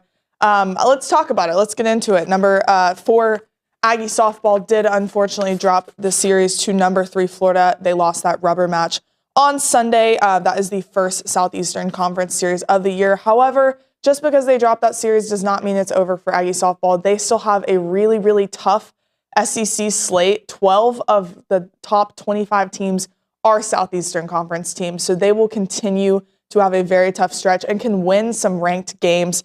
So definitely not over for them. They should drop in the polls, but nothing to worry about for Trisha Ford's Aggies. They will head on the road for a series with number 17 Auburn this upcoming weekend. Moving over to the baseball front on their final non-conference series of the season, 14th ranked Fighting Texas Aggie baseball took 2 of 3 from the visiting New Mexico State Aggies at Blue Bell Park. They will host Prairie View A&M on Tuesday before beginning SEC play with Alabama over at Blue Bell as well. On the basketball front, Wade Taylor surpassed Bernard King's all-time scoring record on Saturday as number 22 Texas A&M beat LSU 66-52. The Maroon White did secure a 5 seed in this week's SEC tournament in Nashville. They will play on Thursday. They will play the winner of either Texas or Vanderbilt. Should be a good one there. And I love tournament season when it comes to basketball.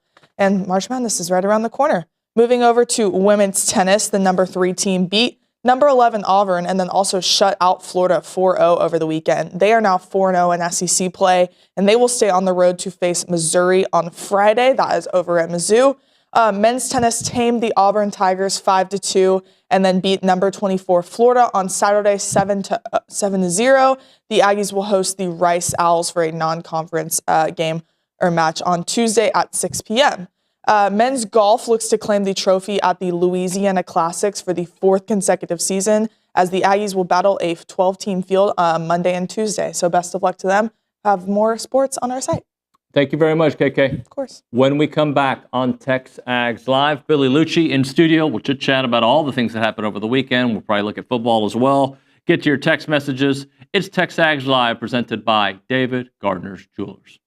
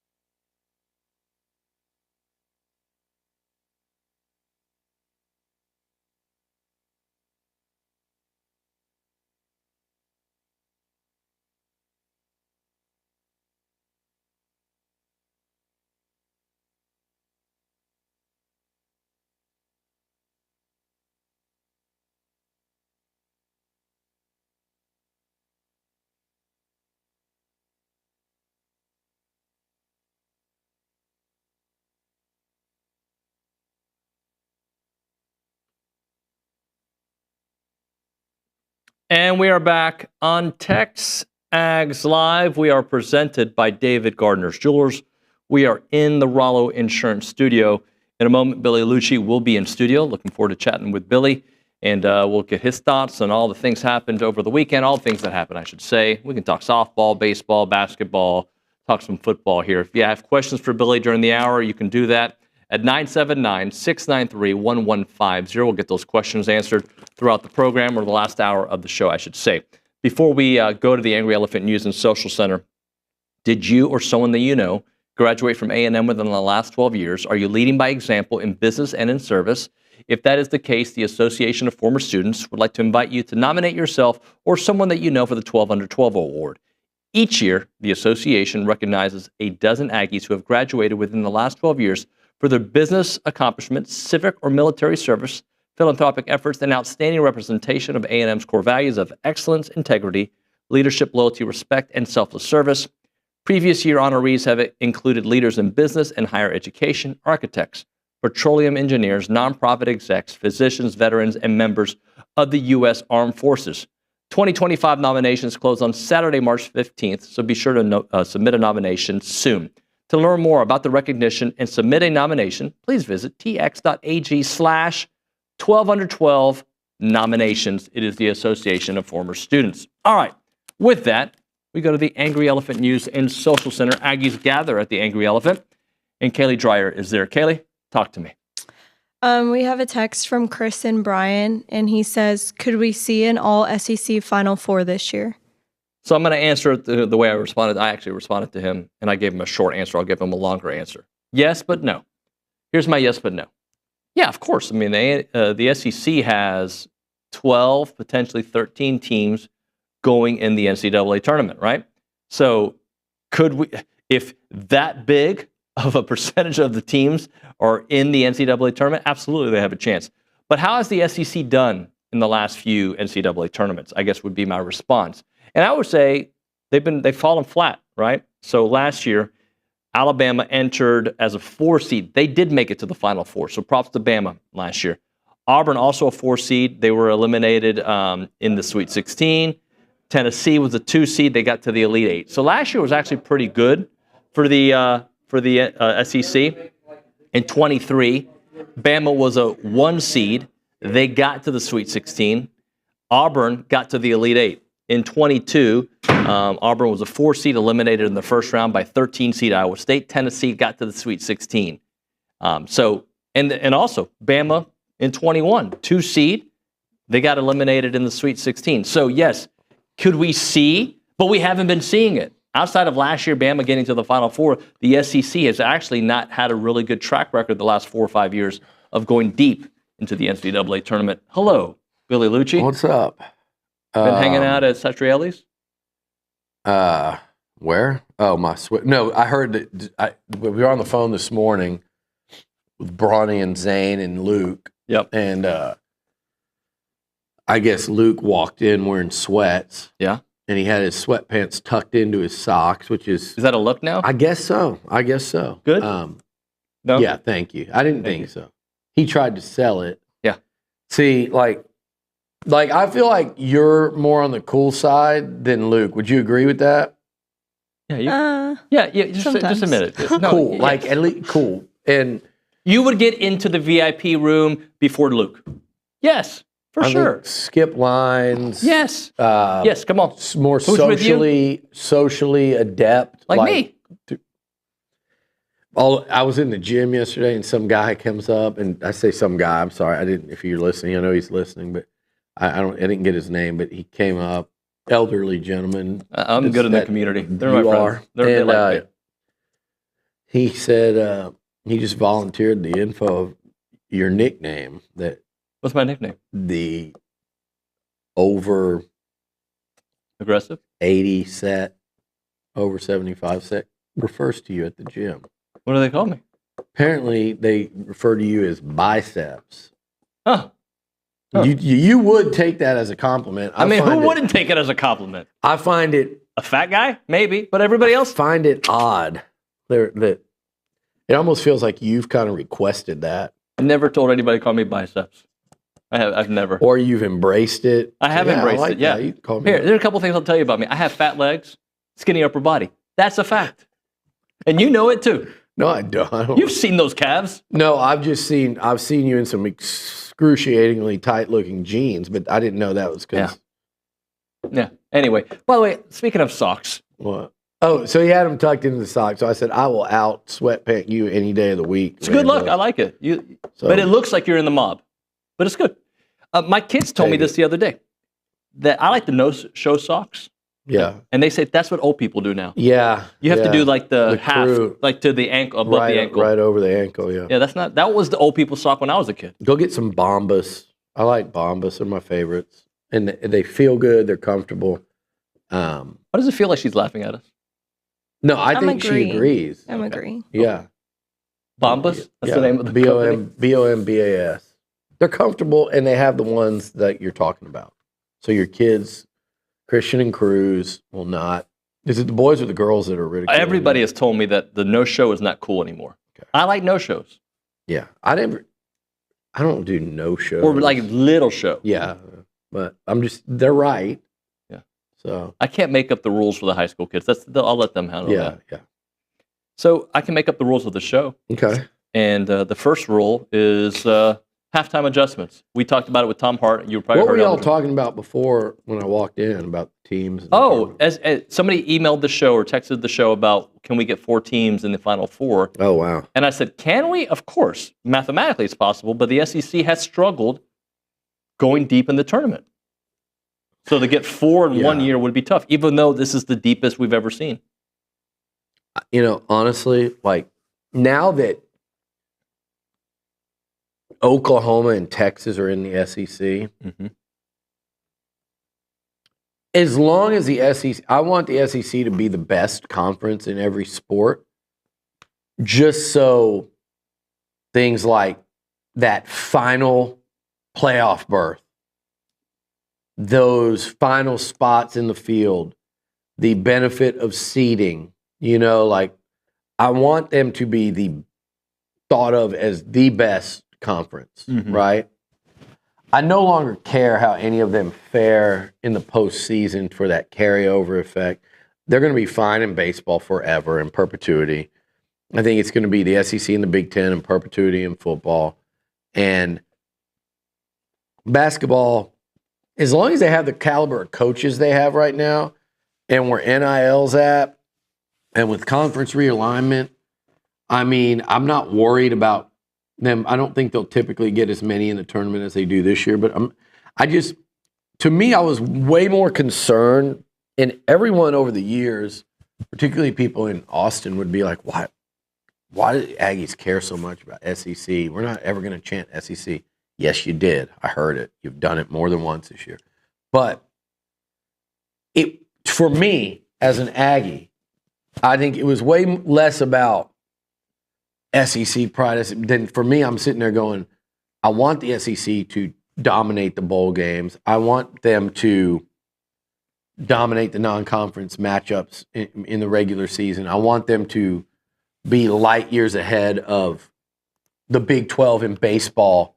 So when it comes down to whether or not a couple of years ago Texas A&M or Texas were going to host a potential super regional, that playing in that league would give them that little bit of extra, in terms of perception of what they accomplished. It was more than anything else, the perception of getting to play in that conference, as long as that conference was perceived as dominant, right, and light years ahead of the Big 12, it was a massive recruiting advantage over Texas and Oklahoma. Now, did Texas A&M capitalize on that advantage? No. Clearly they did not. I think we'd be lying if we sat here today, 12, 13 years in, and say you took advantage. It will be one of the, it is a, I don't want to use the word tragic, but it is an awful failure that in that amount of time when Texas was going through the end of Mac Brown, Charlie Strong, and Tom Herman, and the first couple of years of Steve Sarkisian, which were not good. 5-7 with a 6-game losing streak, and then I think they went 7-5. 7-5, maybe one.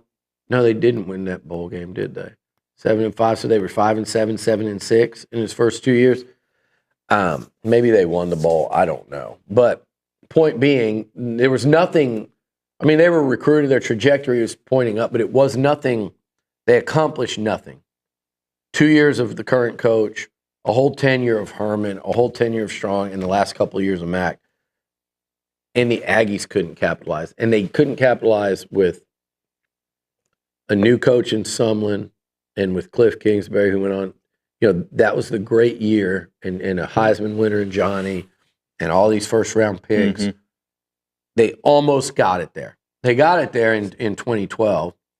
They couldn't build on it in 13. And then it was A&M has been, in football, right, rock solid since they joined the SEC. They've been a solid SEC program.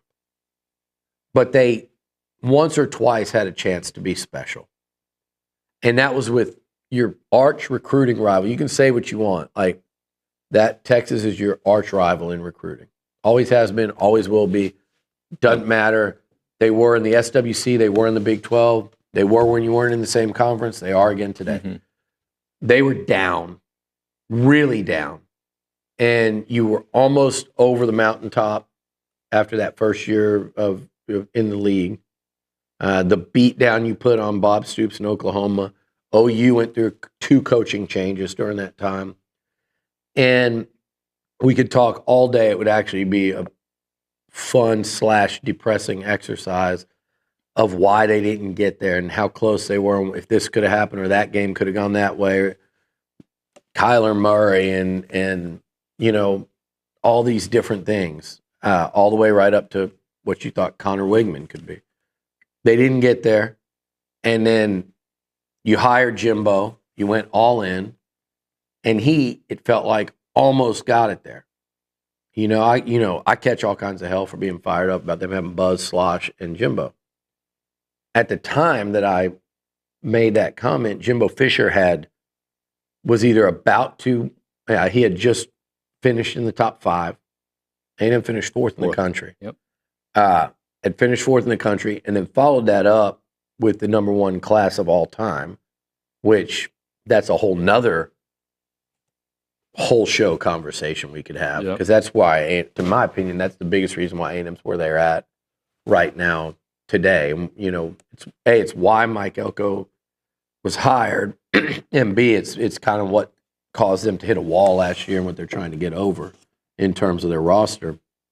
But if I see you looking at that giant watch, but I like your sweatshirt too. Thank you. But if you're looking at, so they almost got over the hire Jimbo, and then how it started, mm-hmm. and the rest of that thing was they had Slosh and Buzz. So we'll see what Buzz does in this tournament. We saw what Slosh did in 3 years here. It was a fire ass tweet. It just hadn't worked out. But Jimbo was almost there. Sumlin was almost there. They couldn't follow up the great year with another great one. Jimbo actually got closer. They were both 8-4, but Jimbo's felt closer because you had that win over Bama, and then you beat Auburn, and you had just 2 games to go to back-to-back. And you felt like you had those? It sounds tough. It's at LSU, it's at Ole Miss, but those teams weren't that good in that. You had a chance in both games to win. In the fourth quarter. And I think you won the LSU game. I do too. But point being, you couldn't capitalize. And now here we are. So that was my biggest thing when you're in different leagues. You had a chance you had your foot on the neck of your biggest rival. And you had a massive advantage in terms of recruiting. Mm-hmm. And it played out that way. If you look at how both programs recruited during that time, it played out that way. But you couldn't capitalize on it. And that's a killer. That's a killer. That's why we're at where we're at today. So it was a missed opportunity. That is why I was SEC. You can't do anything about that now. You can just go forward with it. But in terms of like this basketball tournament, I don't really give a damn about the SEC other than what it's going to lead to A&M being seeded this year. Once this tournament starts, there's one SEC team I care about. That's it. And the only other time I'm going to care about an SEC team is if it benefits A&M in their bracket. I could give a damn if there's no SEC teams in that Final Four unless it's Texas A&M. It's a change from where it used to be. Because if the conferences were what they were and the Big 12 is what it used to be with an up Kansas, an up Baylor, Texas Tech, and then Texas and OU, I'd be sitting there going, yeah, this is nice. Now the SEC dominates in all of the major sports. Now the Big 12's done, and Texas and OU are stuck in it. That's no longer the case. So I'm rooting. There's one team, and it wears Maroon White and it ain't Mississippi State, that I want to see advance in this tournament. I would actually love to see a lot of these SEC teams fall. I would love to see Bruce Pearl and Auburn lose early again and have some questions around that program. And, I want to see chaos and people questioning these programs that are up, because the goal is for A&M to be up.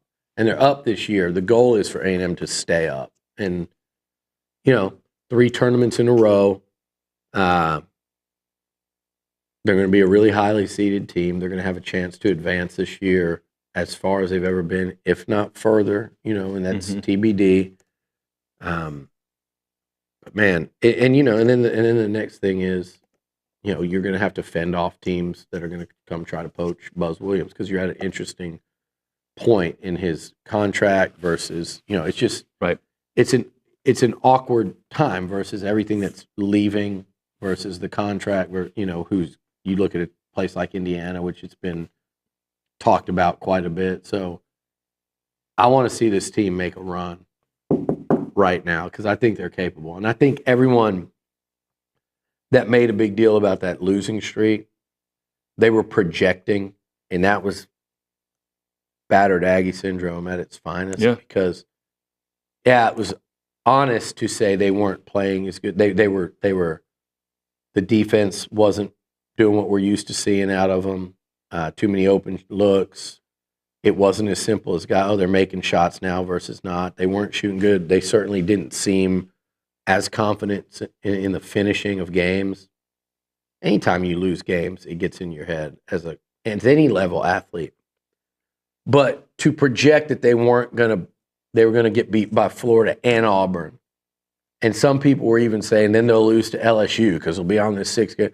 Other people were saying after they lost like 2 games, like the fall to a 5 seed is going to be painful to watch. You guys were assuming it was going to be an early exit. A lot of good teams get knocked out early. A&M's not immune to that. No one is in this tournament this year. But there are only a few teams that are built that are capable of really advancing deep without it being a total shock. A&M is one of those that it wouldn't be a total shock to anybody. Right. So there was nothing wrong with the team. They were just going through a rough patch, much like Alabama went through when they lost 4 out of 6.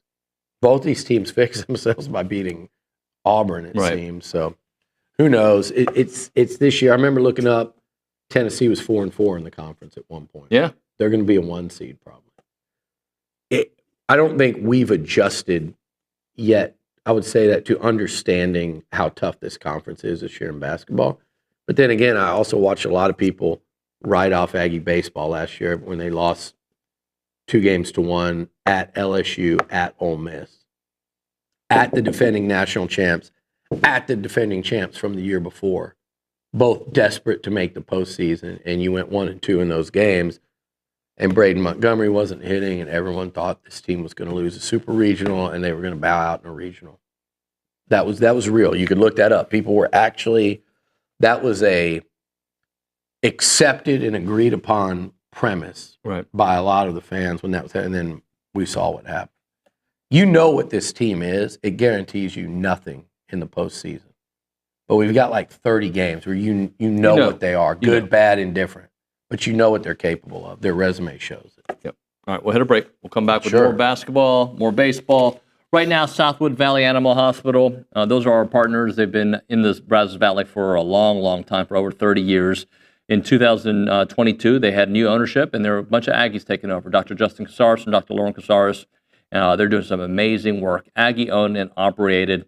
They have, in Dr. Justin's family, he's the 13th Aggie, 17 graduates in the family. They just bleed maroon and white. They also believe in this community. And if you listen to this show, they're going to give you a discount, $12 off your first time for going there, just telling them that you are a TexAgs listener. Also, if you're a student, they got a discount for you as well. So tell them you're a student. They're going to hook you up. They take care of students in the community, but they provide also advanced medical care at affordable prices. They're elevating medicine in the Brazos Valley with routine veterinary services, including wellness visits, sick emergency visits, and surgical care.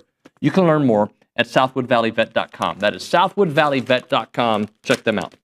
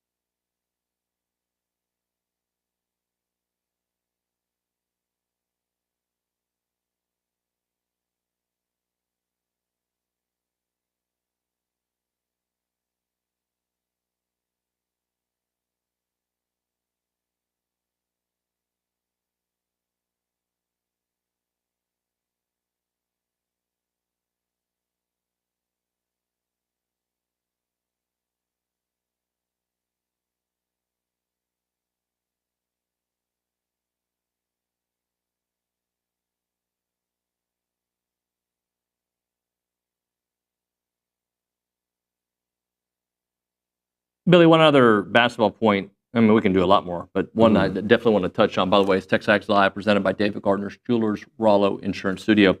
Wade Taylor being the face of this era. He's been the face of this era.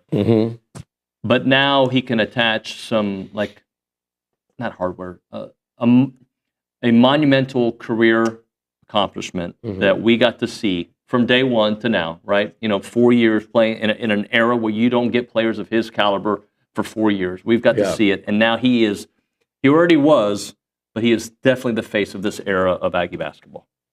Look, I've said this. I don't know what you're considering this era, right? This the Buzz era. The Buzz. Well, for sure. I think when you're talking about the Buzz era, it's hard to cut it off. Q had a part. Q was a huge part. But, I think the first thing I think of is like Wade and Boots. But then it's like, how do you leave off Andy or Henry Coleman? Right. How do you leave off, like you said, like Q? Then there's so many more. Like, how do you leave? Like, Manny's been such a big part of it. There's so many of these guys. How do you leave them? I feel like that's just this team. These guys that have been here throughout it. It's like a group. But yeah, Wade is the face. Kind of like AC was for his group. Joseph Jones. See, I count AC of this era. It's like the modern era of Aggie basketball. There were some greats. Yeah. Back in the 80s before we were here. And a lot of those guys, I feel like, don't get the love they should. I think Bernard King was prior to this era. I'm glad that Wade chased and broke Bernard's record. And here's what I mean by that.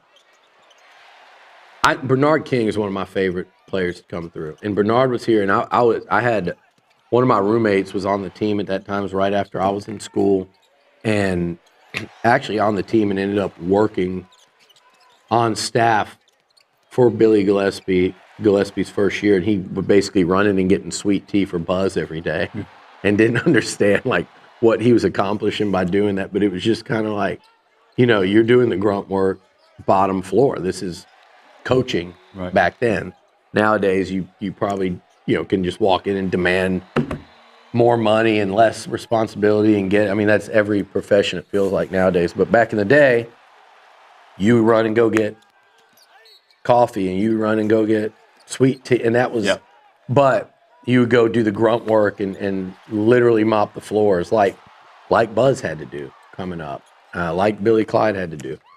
But those teams were not good, and Bernard was really, really good. Yeah. And so I felt like didn't get the appreciation while he was playing. He got it in the way of accolades and stuff, but as the years went by and he was overseas making money, I just think when people thought about A&M basketball, that was like this little time period that people just kind of chose to kind of forget. Yeah. It's like, okay, we have Gillespie and then the Turgeon years and Donald Sloan and Brian Davis and then, Joe Jones and AC and Dominique. And then it was, the two Sweet 16 teams under BK and Caruso and House and, Tyler Davis and Robert Williams. And now where we're at. So Wade chasing and breaking Bernard's record, I think it's been really cool because what I think of Wade and when I think of Bernard. And it's brought him into more of a spotlight, conversations, interviews. I was standing next to him on the court, on the edge of the court after the Auburn game when they were hanging Wade's jersey. There was no one that was happier for that. And it wasn't even from, he doesn't give a damn that he's back in the conversation. So he was just really happy for Wade, and that's the kind of dude he has become. It's been cool to watch him grow up and be this Aggie legend that he is. As far as Wade goes, I think Wade, again, I've said this, he has a chance to go down as I think alongside AC as an all-time great. If he has a SEC tournament to remember and a March Madness, and this team gets to like an Elite Eight, and they take the court in a few weeks to play for a Final Four berth, that's something no A&M team's ever done. And if he leads the way and has the scoring, then I think you put him alongside. The difference is, AC was the first to get Aggie basketball there. He was the reason they entered this, what you call modern era, this era of success where 4 straight coaches have had a great deal of success, whereas prior to that, they were in the desert for a long, long time. They were nowhere. Aggie basketball was nothing. Now, where it's at. I was telling somebody the other day, they were kind of downplaying the Aggies' history. I go, I've watched A&M go to the tournament twice under Billy G, 4 times under Tarzan, that's 6. Twice under BK, that's 8, and now 3 times, 11 tournaments. And they had a streak of, I think, 5 years in a row where they won a game every year. They went 6 years in a row. I've seen 3 Sweet 16s. I've seen an SEC title. I've seen them probably, will this be the 3rd time they get a seed as high as a 3? Yeah. Like, I think they could do that again. It could be the 3rd time they're a 3 seed or better. So this has been a nice run for A&M basketball. Now, you want to see them go deeper. You got to win some games. You want to see them get to the spot that if you go and look in the last 10 years, last decade, or especially during that run of teams that have been not to Sweet 16, but to an Elite 8, I think the list would shock you. Some of the programs that have got there that aren't as good as A&M. Right. That aren't good anymore or whatever. So, but AC was the first, and I think people do tend to forget one thing about AC law. When Kevin Durant played college basketball, who's going to be, probably a top 25 player of all time. Not top easily. 10, Yeah, easily a top 25. Probably a top 20 player of all time. When he played his one season at Texas, that was the only college basketball player better than AC Law.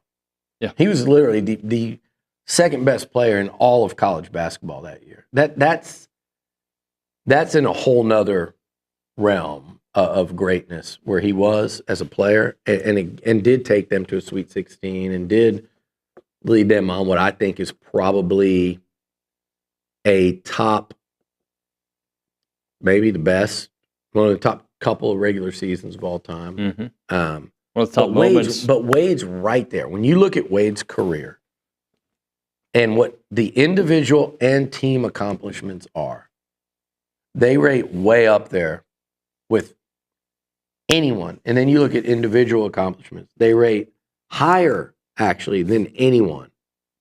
Except what Wade didn't do is be like the second best player in college basketball like AC. He's up there on by any metric you want to do it, how he carries himself on and off the court and represents A&M basketball and Texas A&M. Like you're watching a legend. Is he perfect? Does he always shoot as well as you want? Does he? No. But I've seen people say he hasn't had a good year, and that's the dumbest thing I've ever heard. The standard was so high. He's having a good year. It's just, it's been a little more up and down, and people also forget this kid missed, almost 3 weeks with an injury in the middle of the season? That, you think he came back and was 100%? I'm still not sure he is 100%.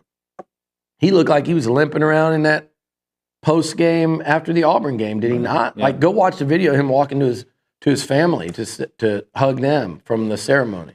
Tell me he wasn't limping after that game. I've had Aggies have to tell me, Janai Broome was hurt. He was limping around. Look at your own star player. Yep. But we just ignore that crap. So, yeah, I think what he's done in his career is special. I think what he's done this year is special. And I think he has the potential to do something really, really special along with this group of seniors. It's what you want, right? Heck yeah. You go into the tournament. I was worried about them not going in with a lot of confidence. I think that Auburn game fixed that. But, man, everything else they've got. They've got a coach that historically has done well in the tournament setting his whole career. Yep. I've talked about this before. NIT, SEC tournament. Last year's NCAA tournament, people were holding that Penn State game against them early on, but then you forget the tournament runs at Virginia Tech, Elite 8 at Marquette. Like, he's very good in the tournament setting. You've got a bunch of seniors. You've got senior guards. You've got a guy that can go off in Wade, and defense and rebound travel. Or defense and rebounding travel. So I love it. I thought beating LSU was very important this weekend. I don't think it was a given. Do those games weird you out? Yes. Like an empty gym against an athletic team that's got quite literally 0 to lose You go on a 17-0 run. A lot of times the empty gym, I'd rather play in a hostile road environment than an empty gym where you feel like it's a scrimmage. I agree. And coming off the Auburn game, going on the road, LSU is a bit of a rival. They played you tough once already. I thought that was a dangerous game. It's absolutely one they should have won. They're not going to get a bunch of credit for winning it. I don't think you should, but it's just another road win. They're 11-7. They finished fifth place by themselves. I know fifth place doesn't sound like a lot, but when the other four are contending for one seeds, and you beat one of them, and the another one you took down to the final position, or the other two you took down to the final minute of the basketball game. Yep. You missed a three against Bama. They made a three against you. You played three of the four potential one seeds down to the final minute. You beat one, or you actually beat one before the final minute. You were 1-3, but the two of those three losses were final minute. Yeah. You beat Missouri behind you. You were the clear cut. You beat Ole Miss behind you. You were the fifth team in the league. That's in a year like this, that's a 3 seed. We'll hit a break. We'll come back with your text messages and talk a little baseball. It's TexAgs Live, presented by David Gardner's Jewelers.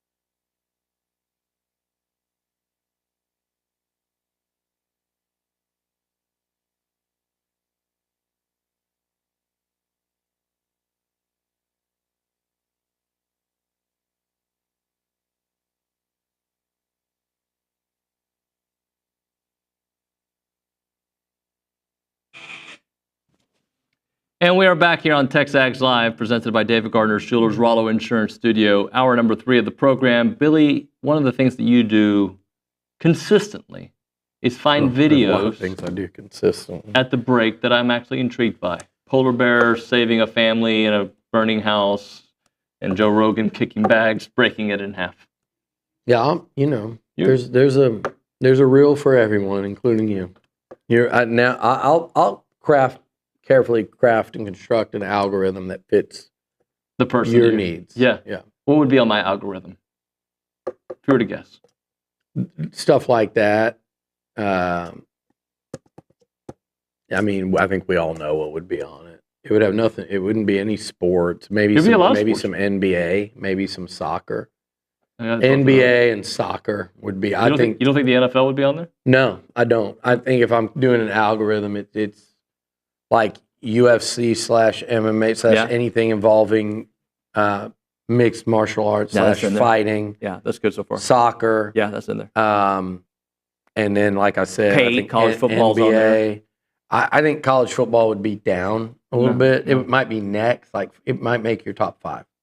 I just named 3, so you're missing a couple of easy ones, like little easy ones.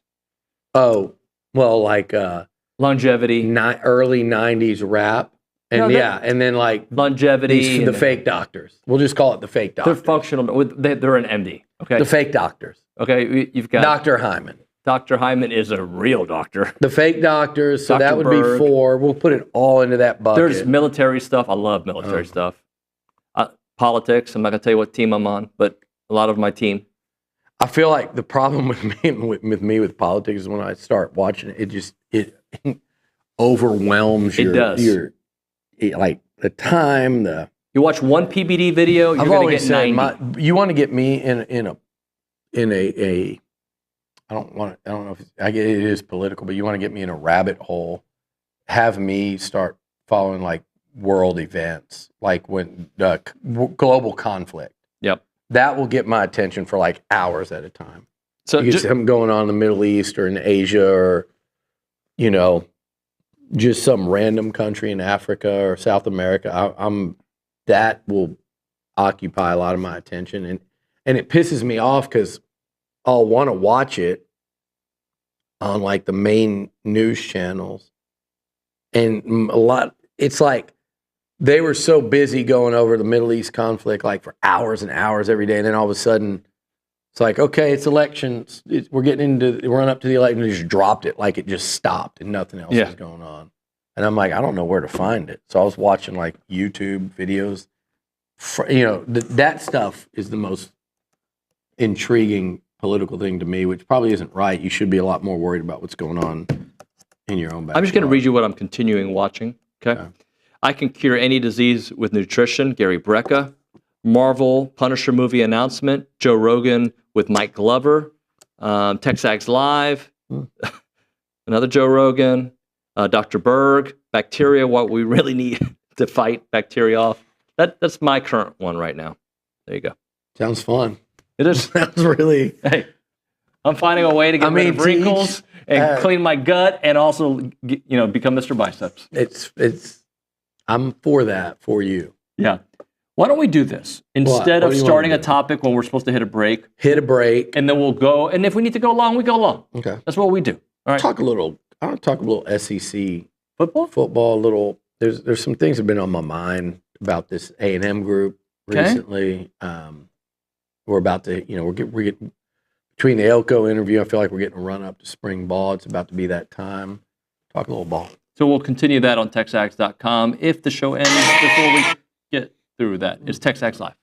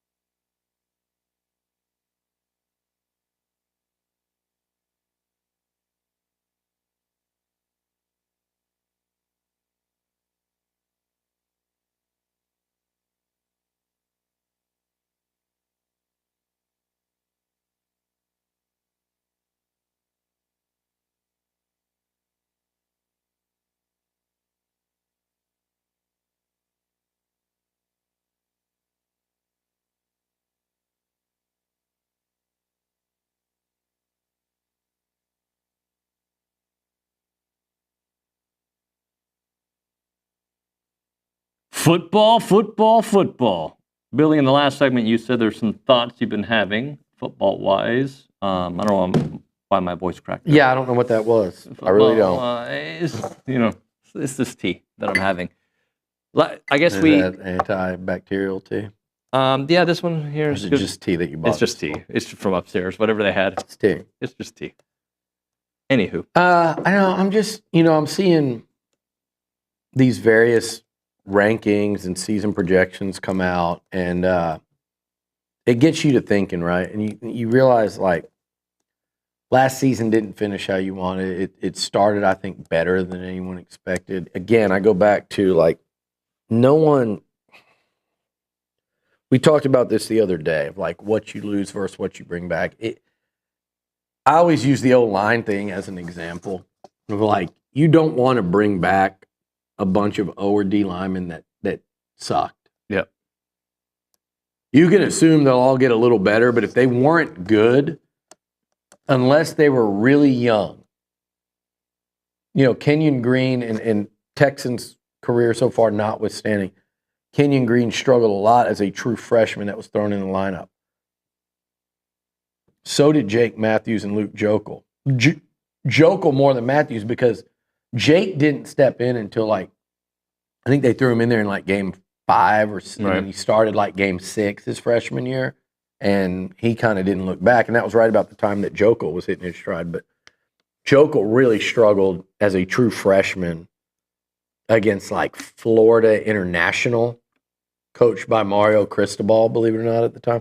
Florida International, and then Oklahoma State by kind of a fringy NFL guy. And then both those guys, by late in the year, their freshman year, true freshman year, were absolutely dominant. Kenyon Green, kind of the same way. By the end of that year, I remember people going, go look at Kenyon Green against Georgia in that game in Athens. He was a beast. That bowl game, I think it was Oklahoma State that year, where they didn't have a running back and Anias played running back. He was a beast. And so I think unless they're really young, if an O-line was not good and they're coming back, it's not necessarily a good thing. If a D-line was not good and they're coming back, it's not a good thing. This O-line last year was a pretty solid SEC O-line. They were a rock-solid SEC O-line. I wouldn't call them special. They were a solid conference group, and what they came from to there, and then where they can go, bringing everybody back. So when you're looking at returnees, yeah, it's not always a great thing. Like, Vanderbilt returns a ton of guys. Georgia doesn't return many. That, to me, does not mean Vandy is going to be better than Georgia. But as opposed to normal years when Vandy stinks, bringing back a bunch of dudes, including Diego Pavia, is a good thing for them. So Vandy could be better this year than they were last year. They should be. And that's a great thing in Nashville. When you look at Georgia and Texas and what they lose, and you go, and Ole Miss, it's fair to say, how do they replace that and still go forward? Because Texas with Arch Manning, and I know you're going to tell me, everybody in Austin, he promised he's going to stay 4 years. I don't know about that, and I know he'll make enough money. But if Arch Manning has the year you think he is, and he's going to be the number 1 pick, money's not the deal for him and that family, is what I've been told this whole time and believe. So if you're going to maybe have him 1 year, you want Longhorn football to take a step forward. Right. And that step forward means win the SEC, play for a national title.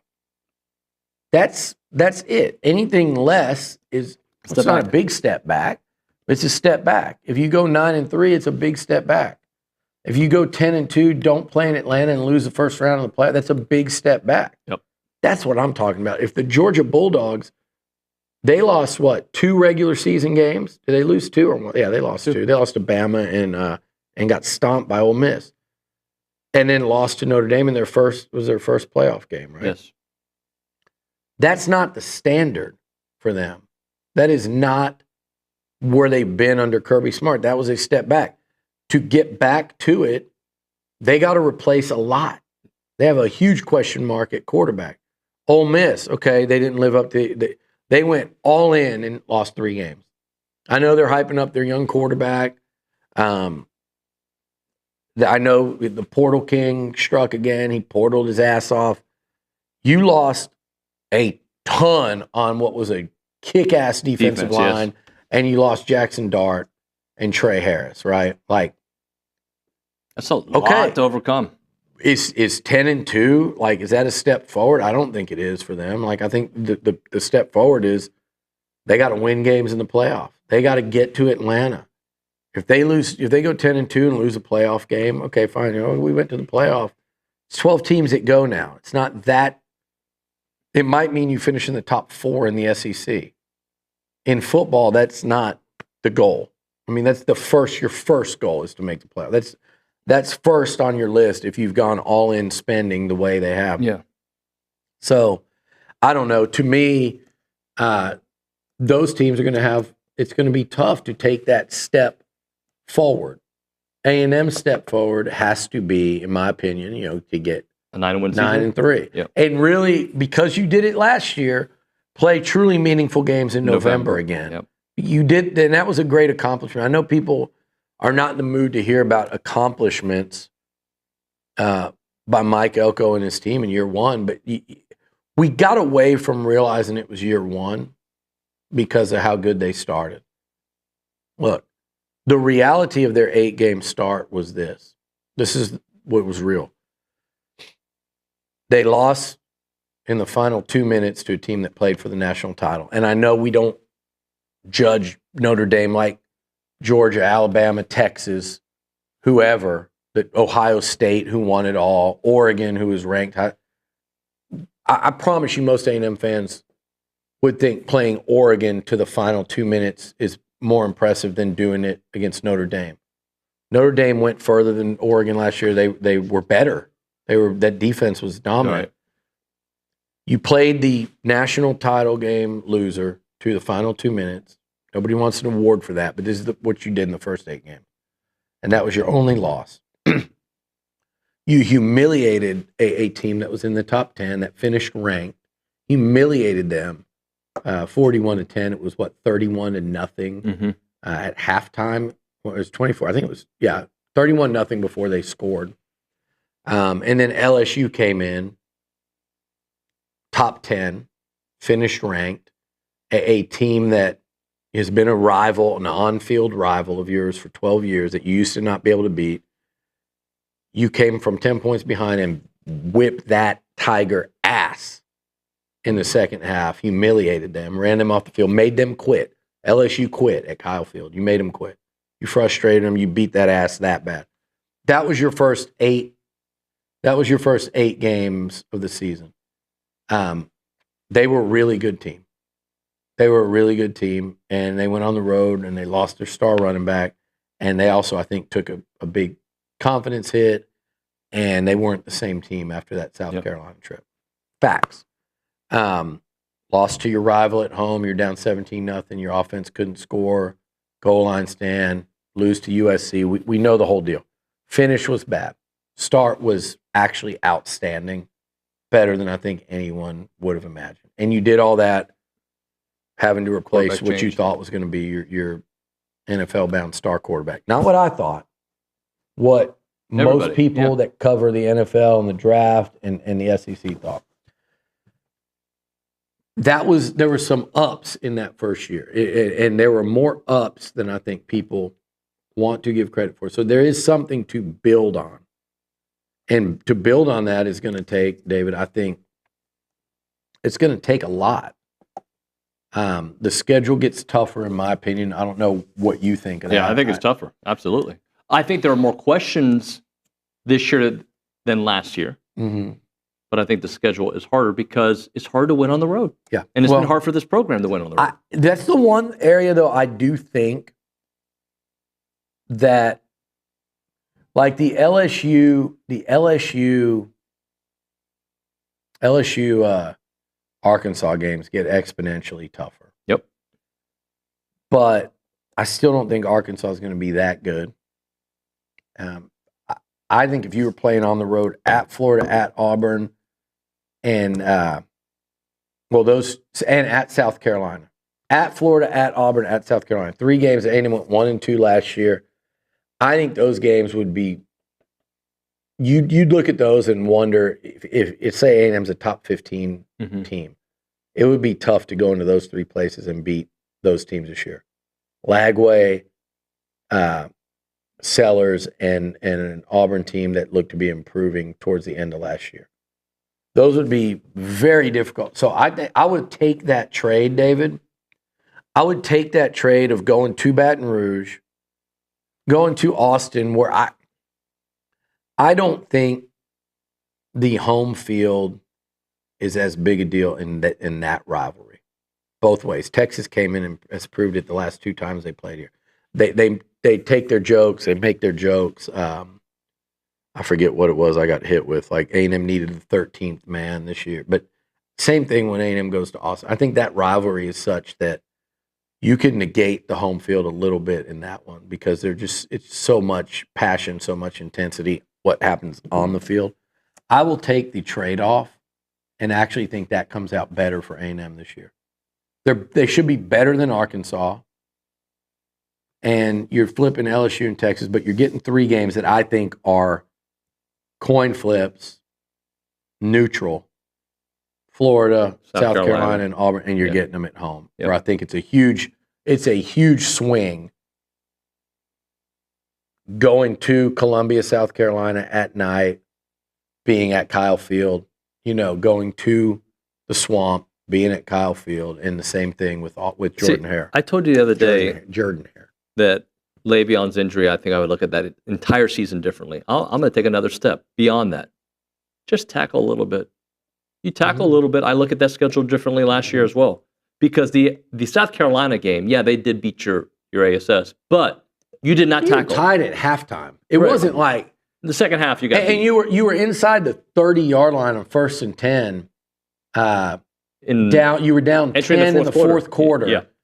You were down 10 and 1st and 10, I think at about their 25-yard line to cut it to hopefully 3 points. So it wasn't like that score went crazy at the end, for sure. But if you tackle in that game, I think it's a different game. Oh, for sure. Two tackles early and 1 midway through the third quarter. And I think the game, so. You have to get, I mean, that goes back to, they have to be a lot better defensively. Yep. And they have to be a lot better in the passing game with Marcel. Like Marcel has to be better in the passing game. The receivers have to be better. And by the way, not ideal to see, Mario Craver arrested this week. And I mean, I always withhold judgment. I know it feels like sometimes, and I haven't studied like what this amount or, some people were saying that's probably a vape or I don't, a pen, a pen. I don't know all that world. And I know that, but I do know there's still, I think, a disconnect between what college age people across the country are doing versus what's illegal in some states and not in others and the punishment. But I don't know.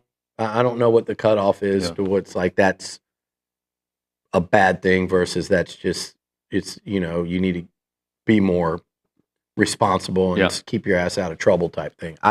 But point being, it's not good, doesn't help, and they need impact from him. They need impact from Casey Concepcion, and they need impact from guys like Ashton Bethel Rome, and they need a big jump by Terry Bussey. And a huge, like the guy that, in my opinion, needs to be the most improved player on the team is Marcel Reed. And I love bringing in a Jacob Zeno, proven veteran from UAB that I think people are sleeping on in terms of his importance to this team this year. But Marcel, I thought, did some amazing things last year, not just in the LSU game, but I've talked about it before. He put up, if you go look at his combined, nobody's listening to the show right now. If anyone, maybe the texter could do this, because I don't think we got people Nick in is back. listening. Nick, if you can get someone to pull Marcel Reed's combined stats of the Auburn and USC games. And I'm leaving out Texas because I think Marcel Reed versus Texas went way bigger than Marcel. I do think he missed a couple, and he kind of referenced this when we were talking, like, he kind of said, I know it's well documented. He was basically like, I know I need to do better. He was a first-year starter. Yeah. He missed a couple wide open potential big plays in that Texas game that could have made it look different. But I don't hold Texas game against him because when your blocking gets whipped that badly in key moments, it's a really tough game, but you look at him again, and Texas defense did that to everyone. Give them credit. They went out and kicked ass. I mean, what they have Ohio State at? Did they have them at 21 points? Until the final defensive touchdown. Is that what it was? I think it was. I'm getting confused. Was that 14-14? I think it was 14. And then they got the long touchdown to win. But or was it 21-14 and Texas was about to tie it? What was the deal there? It was 14-7, and Ohio State was about to tie it. Excuse me, they were up 21-14 when Texas was trying to tie it, and they scored 14 in the fourth. So Ohio State scored, and then they got the run back. Okay.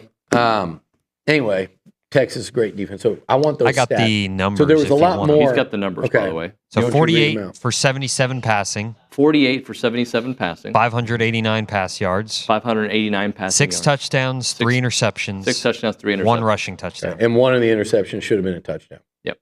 So to me, he played well enough for that to be 7 touchdowns, 2 interceptions, and about 300 yards a game.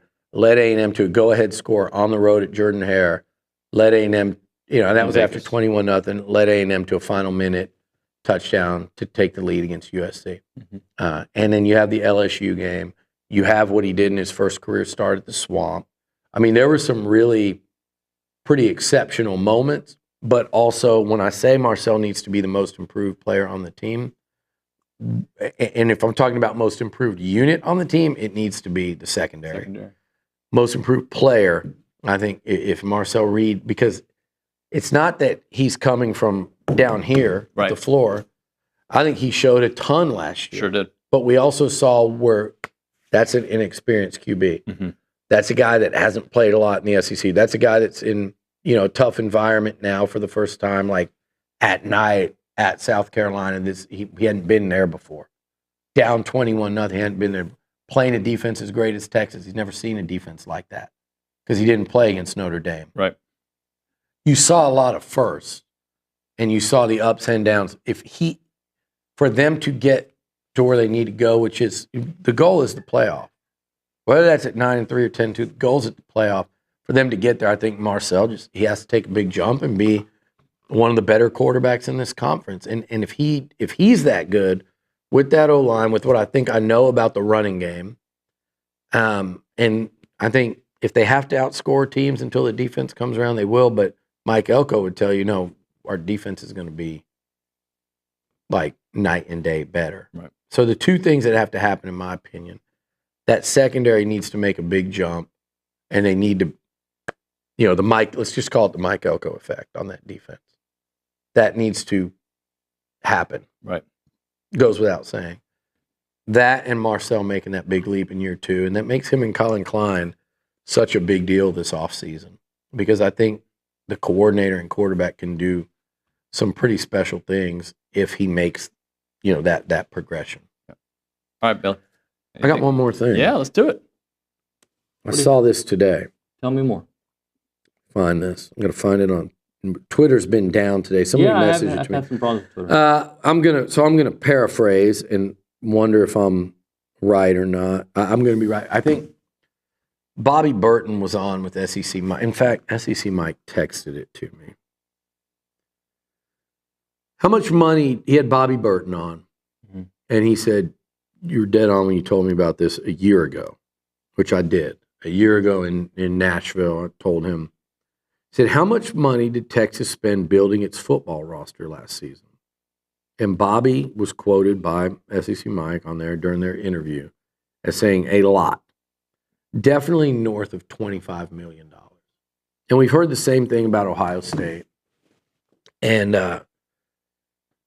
I'll be safe and say A&M was operating at probably 10 million-ish below those teams.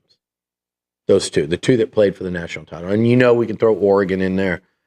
I think a lot of teams last year would have loved to have been operating where A&M was operating. Right. Most of college football would love to be there. This year, a lot more will be there because of this revenue share thing, or not revenue share, just the athletic department having the house settlement, which is going to force athletic departments to pay. So if, and it's a big if you can do the collective thing and that thing, a lot of these schools are just going to jump up even further. Yep. But regardless, that gap, A&M, I've said it before, I'll say it again, they are between that, in that 5 and 10 range in terms of, let's just say roster, the amount on the roster. North of 25 has got to be an eye-opener. Just for football. Yeah, and there's nothing wrong with it. But I do think when I am ranking coaches, and people are ranking coaches, and I don't have Sark, I'm just on the fringe of the top 5, because I do think he gets a lot of credit for the last 2 years. But I also go, everybody tells me Ryan Day is not a good coach. Everybody in Columbus, people around the country before he won the title this year had him on the hot seat. But he's got the best roster money can buy. So does Texas, so does Oregon. And A&M's trying to. And A&M's got one of the best. You still have to hit on your evaluations. You still have to develop. So they get credit for that. My thought process on the thing is, and this, I don't know, I've heard that Texas wanted to hire, there were certain people there that wanted to hire Sonny Dykes over Sark. But I think guys like Sark and Lanning are very fortunate for their timing to get to places when NIL came into play. So, like, Steve Sarkisian can go 5 and 7 and go sign guys like Ewers and Baxter and Banks and all these NFL guys because you had the level of unlimited checkbook that no one else had. And again, that's legal. That's not. You're not saying he didn't do anything wrong. But I don't think he does all this without being able to get the best roster money can buy. Right. A&M, again, if you don't think Mike Elko is actively trying to get the best roster money can buy, it's not an insult. It's a reality. And I think Elko and the group right now have done a tremendous job of taking the NIL from here to here. You heard him the other day say, we have not lost a guy over NIL. He said that straight to the camera. But they're trying to get it to keep going up and up. They're at a point, though, A&M, and they've gone from here to here to here. Trust me. But they're at a point where for Elko, and this is where I will credit Sark and most of Texas's development has come from who they've gotten and then developed. And there's certain receiver has been a lot of portal help more so than I think anywhere else. I think they've really helped themselves with receiver in the portal more so. But Ohio State, everybody talks about Quinshon Judkins, and now I'm drawing a blank on his name, and I shouldn't because he's the best safety in college football. Downs, and those guys that they get out of the portal. And Will Howard played great. Not that they say played great. He was really good at letting the talent win games down the stretch. But most of their team, and it is the best team money can buy, but it is a homegrown football team in Columbus. It's a homegrown team in Austin for the most part. And that's what Elko wants to do here in College Station. Because there's no better way than to get guys in your program at a high level, figure out who can do what, and make sure you keep the guys that are worth keeping. And that's what they did this year. That's the most important thing in the portal, in my opinion, in Mike Elko's mind. And I think that's the most important thing when you look at the teams that made deep runs in the playoffs this year. Ohio State, Notre Dame, Texas, Penn State. That's generally homegrown. What Franklin did there. So I think I like that is Mike Elko's approach. I like where A&M's NIL is going, but that $25 million number, it is what it is. It's no secret. That's why Bobby had no problem saying it. Like, they're north of $25 million. So is Ohio State, and I think Oregon was too. And look, it's not a coincidence that those teams were among the last ones standing. The difference is, in the SEC, I think you have to have both. I think you have to go out and be able to pay for and get the best players and pay and keep your really good players because everyone's trying to poach them. But you've got to be able to develop, because David Nuño in year one, in Mike Elko or Kalen DeBoer or Billy Napier or Brian Kelly or Ryan Day's system is not going to be nearly as good as David Nuño in year 3 in that system. Yeah, I agree. And David Nuño going from, Billy Napier's system or Brent Venables, let's use Chet Venables here. Chet Venables to he upgrades and ends up at Georgia and Kirby Smart system, and then loses some playing time and transfers to Mike Elko's system. You're not going to be as good as the guy that's been sitting in Mike Elko's system and is about to go play year 4 in Elko's defense. So I do think that number certainly should catch everyone's eye, but you've got to go back and look at what did those teams do to get there, and including Texas. A big part of that was developing their guys that they recruited. Forget about how much they cost to get them. That's a requirement, in my opinion, to come out of the SEC and get in access to that club. The playoffs, the SEC title contention, national title conversation. You have to have the money to pay for that level of talent and have the money to keep that level of talent when you recognize it already on your roster. But the player development component of that is what gets you over the top. And I think those teams did that. This is not a bash Texas for us. That's credit to Sart, to Ryan Day, to James Franklin, to Marcus Freeman. You've got to have that element. That's the part I actually feel best about with Elko. I think he's just laser focused on developing and keeping the guys so they can develop, and keeping the guys from leaving that are proven. There you go. Thank you, sir. All right. We'll see you guys mañana.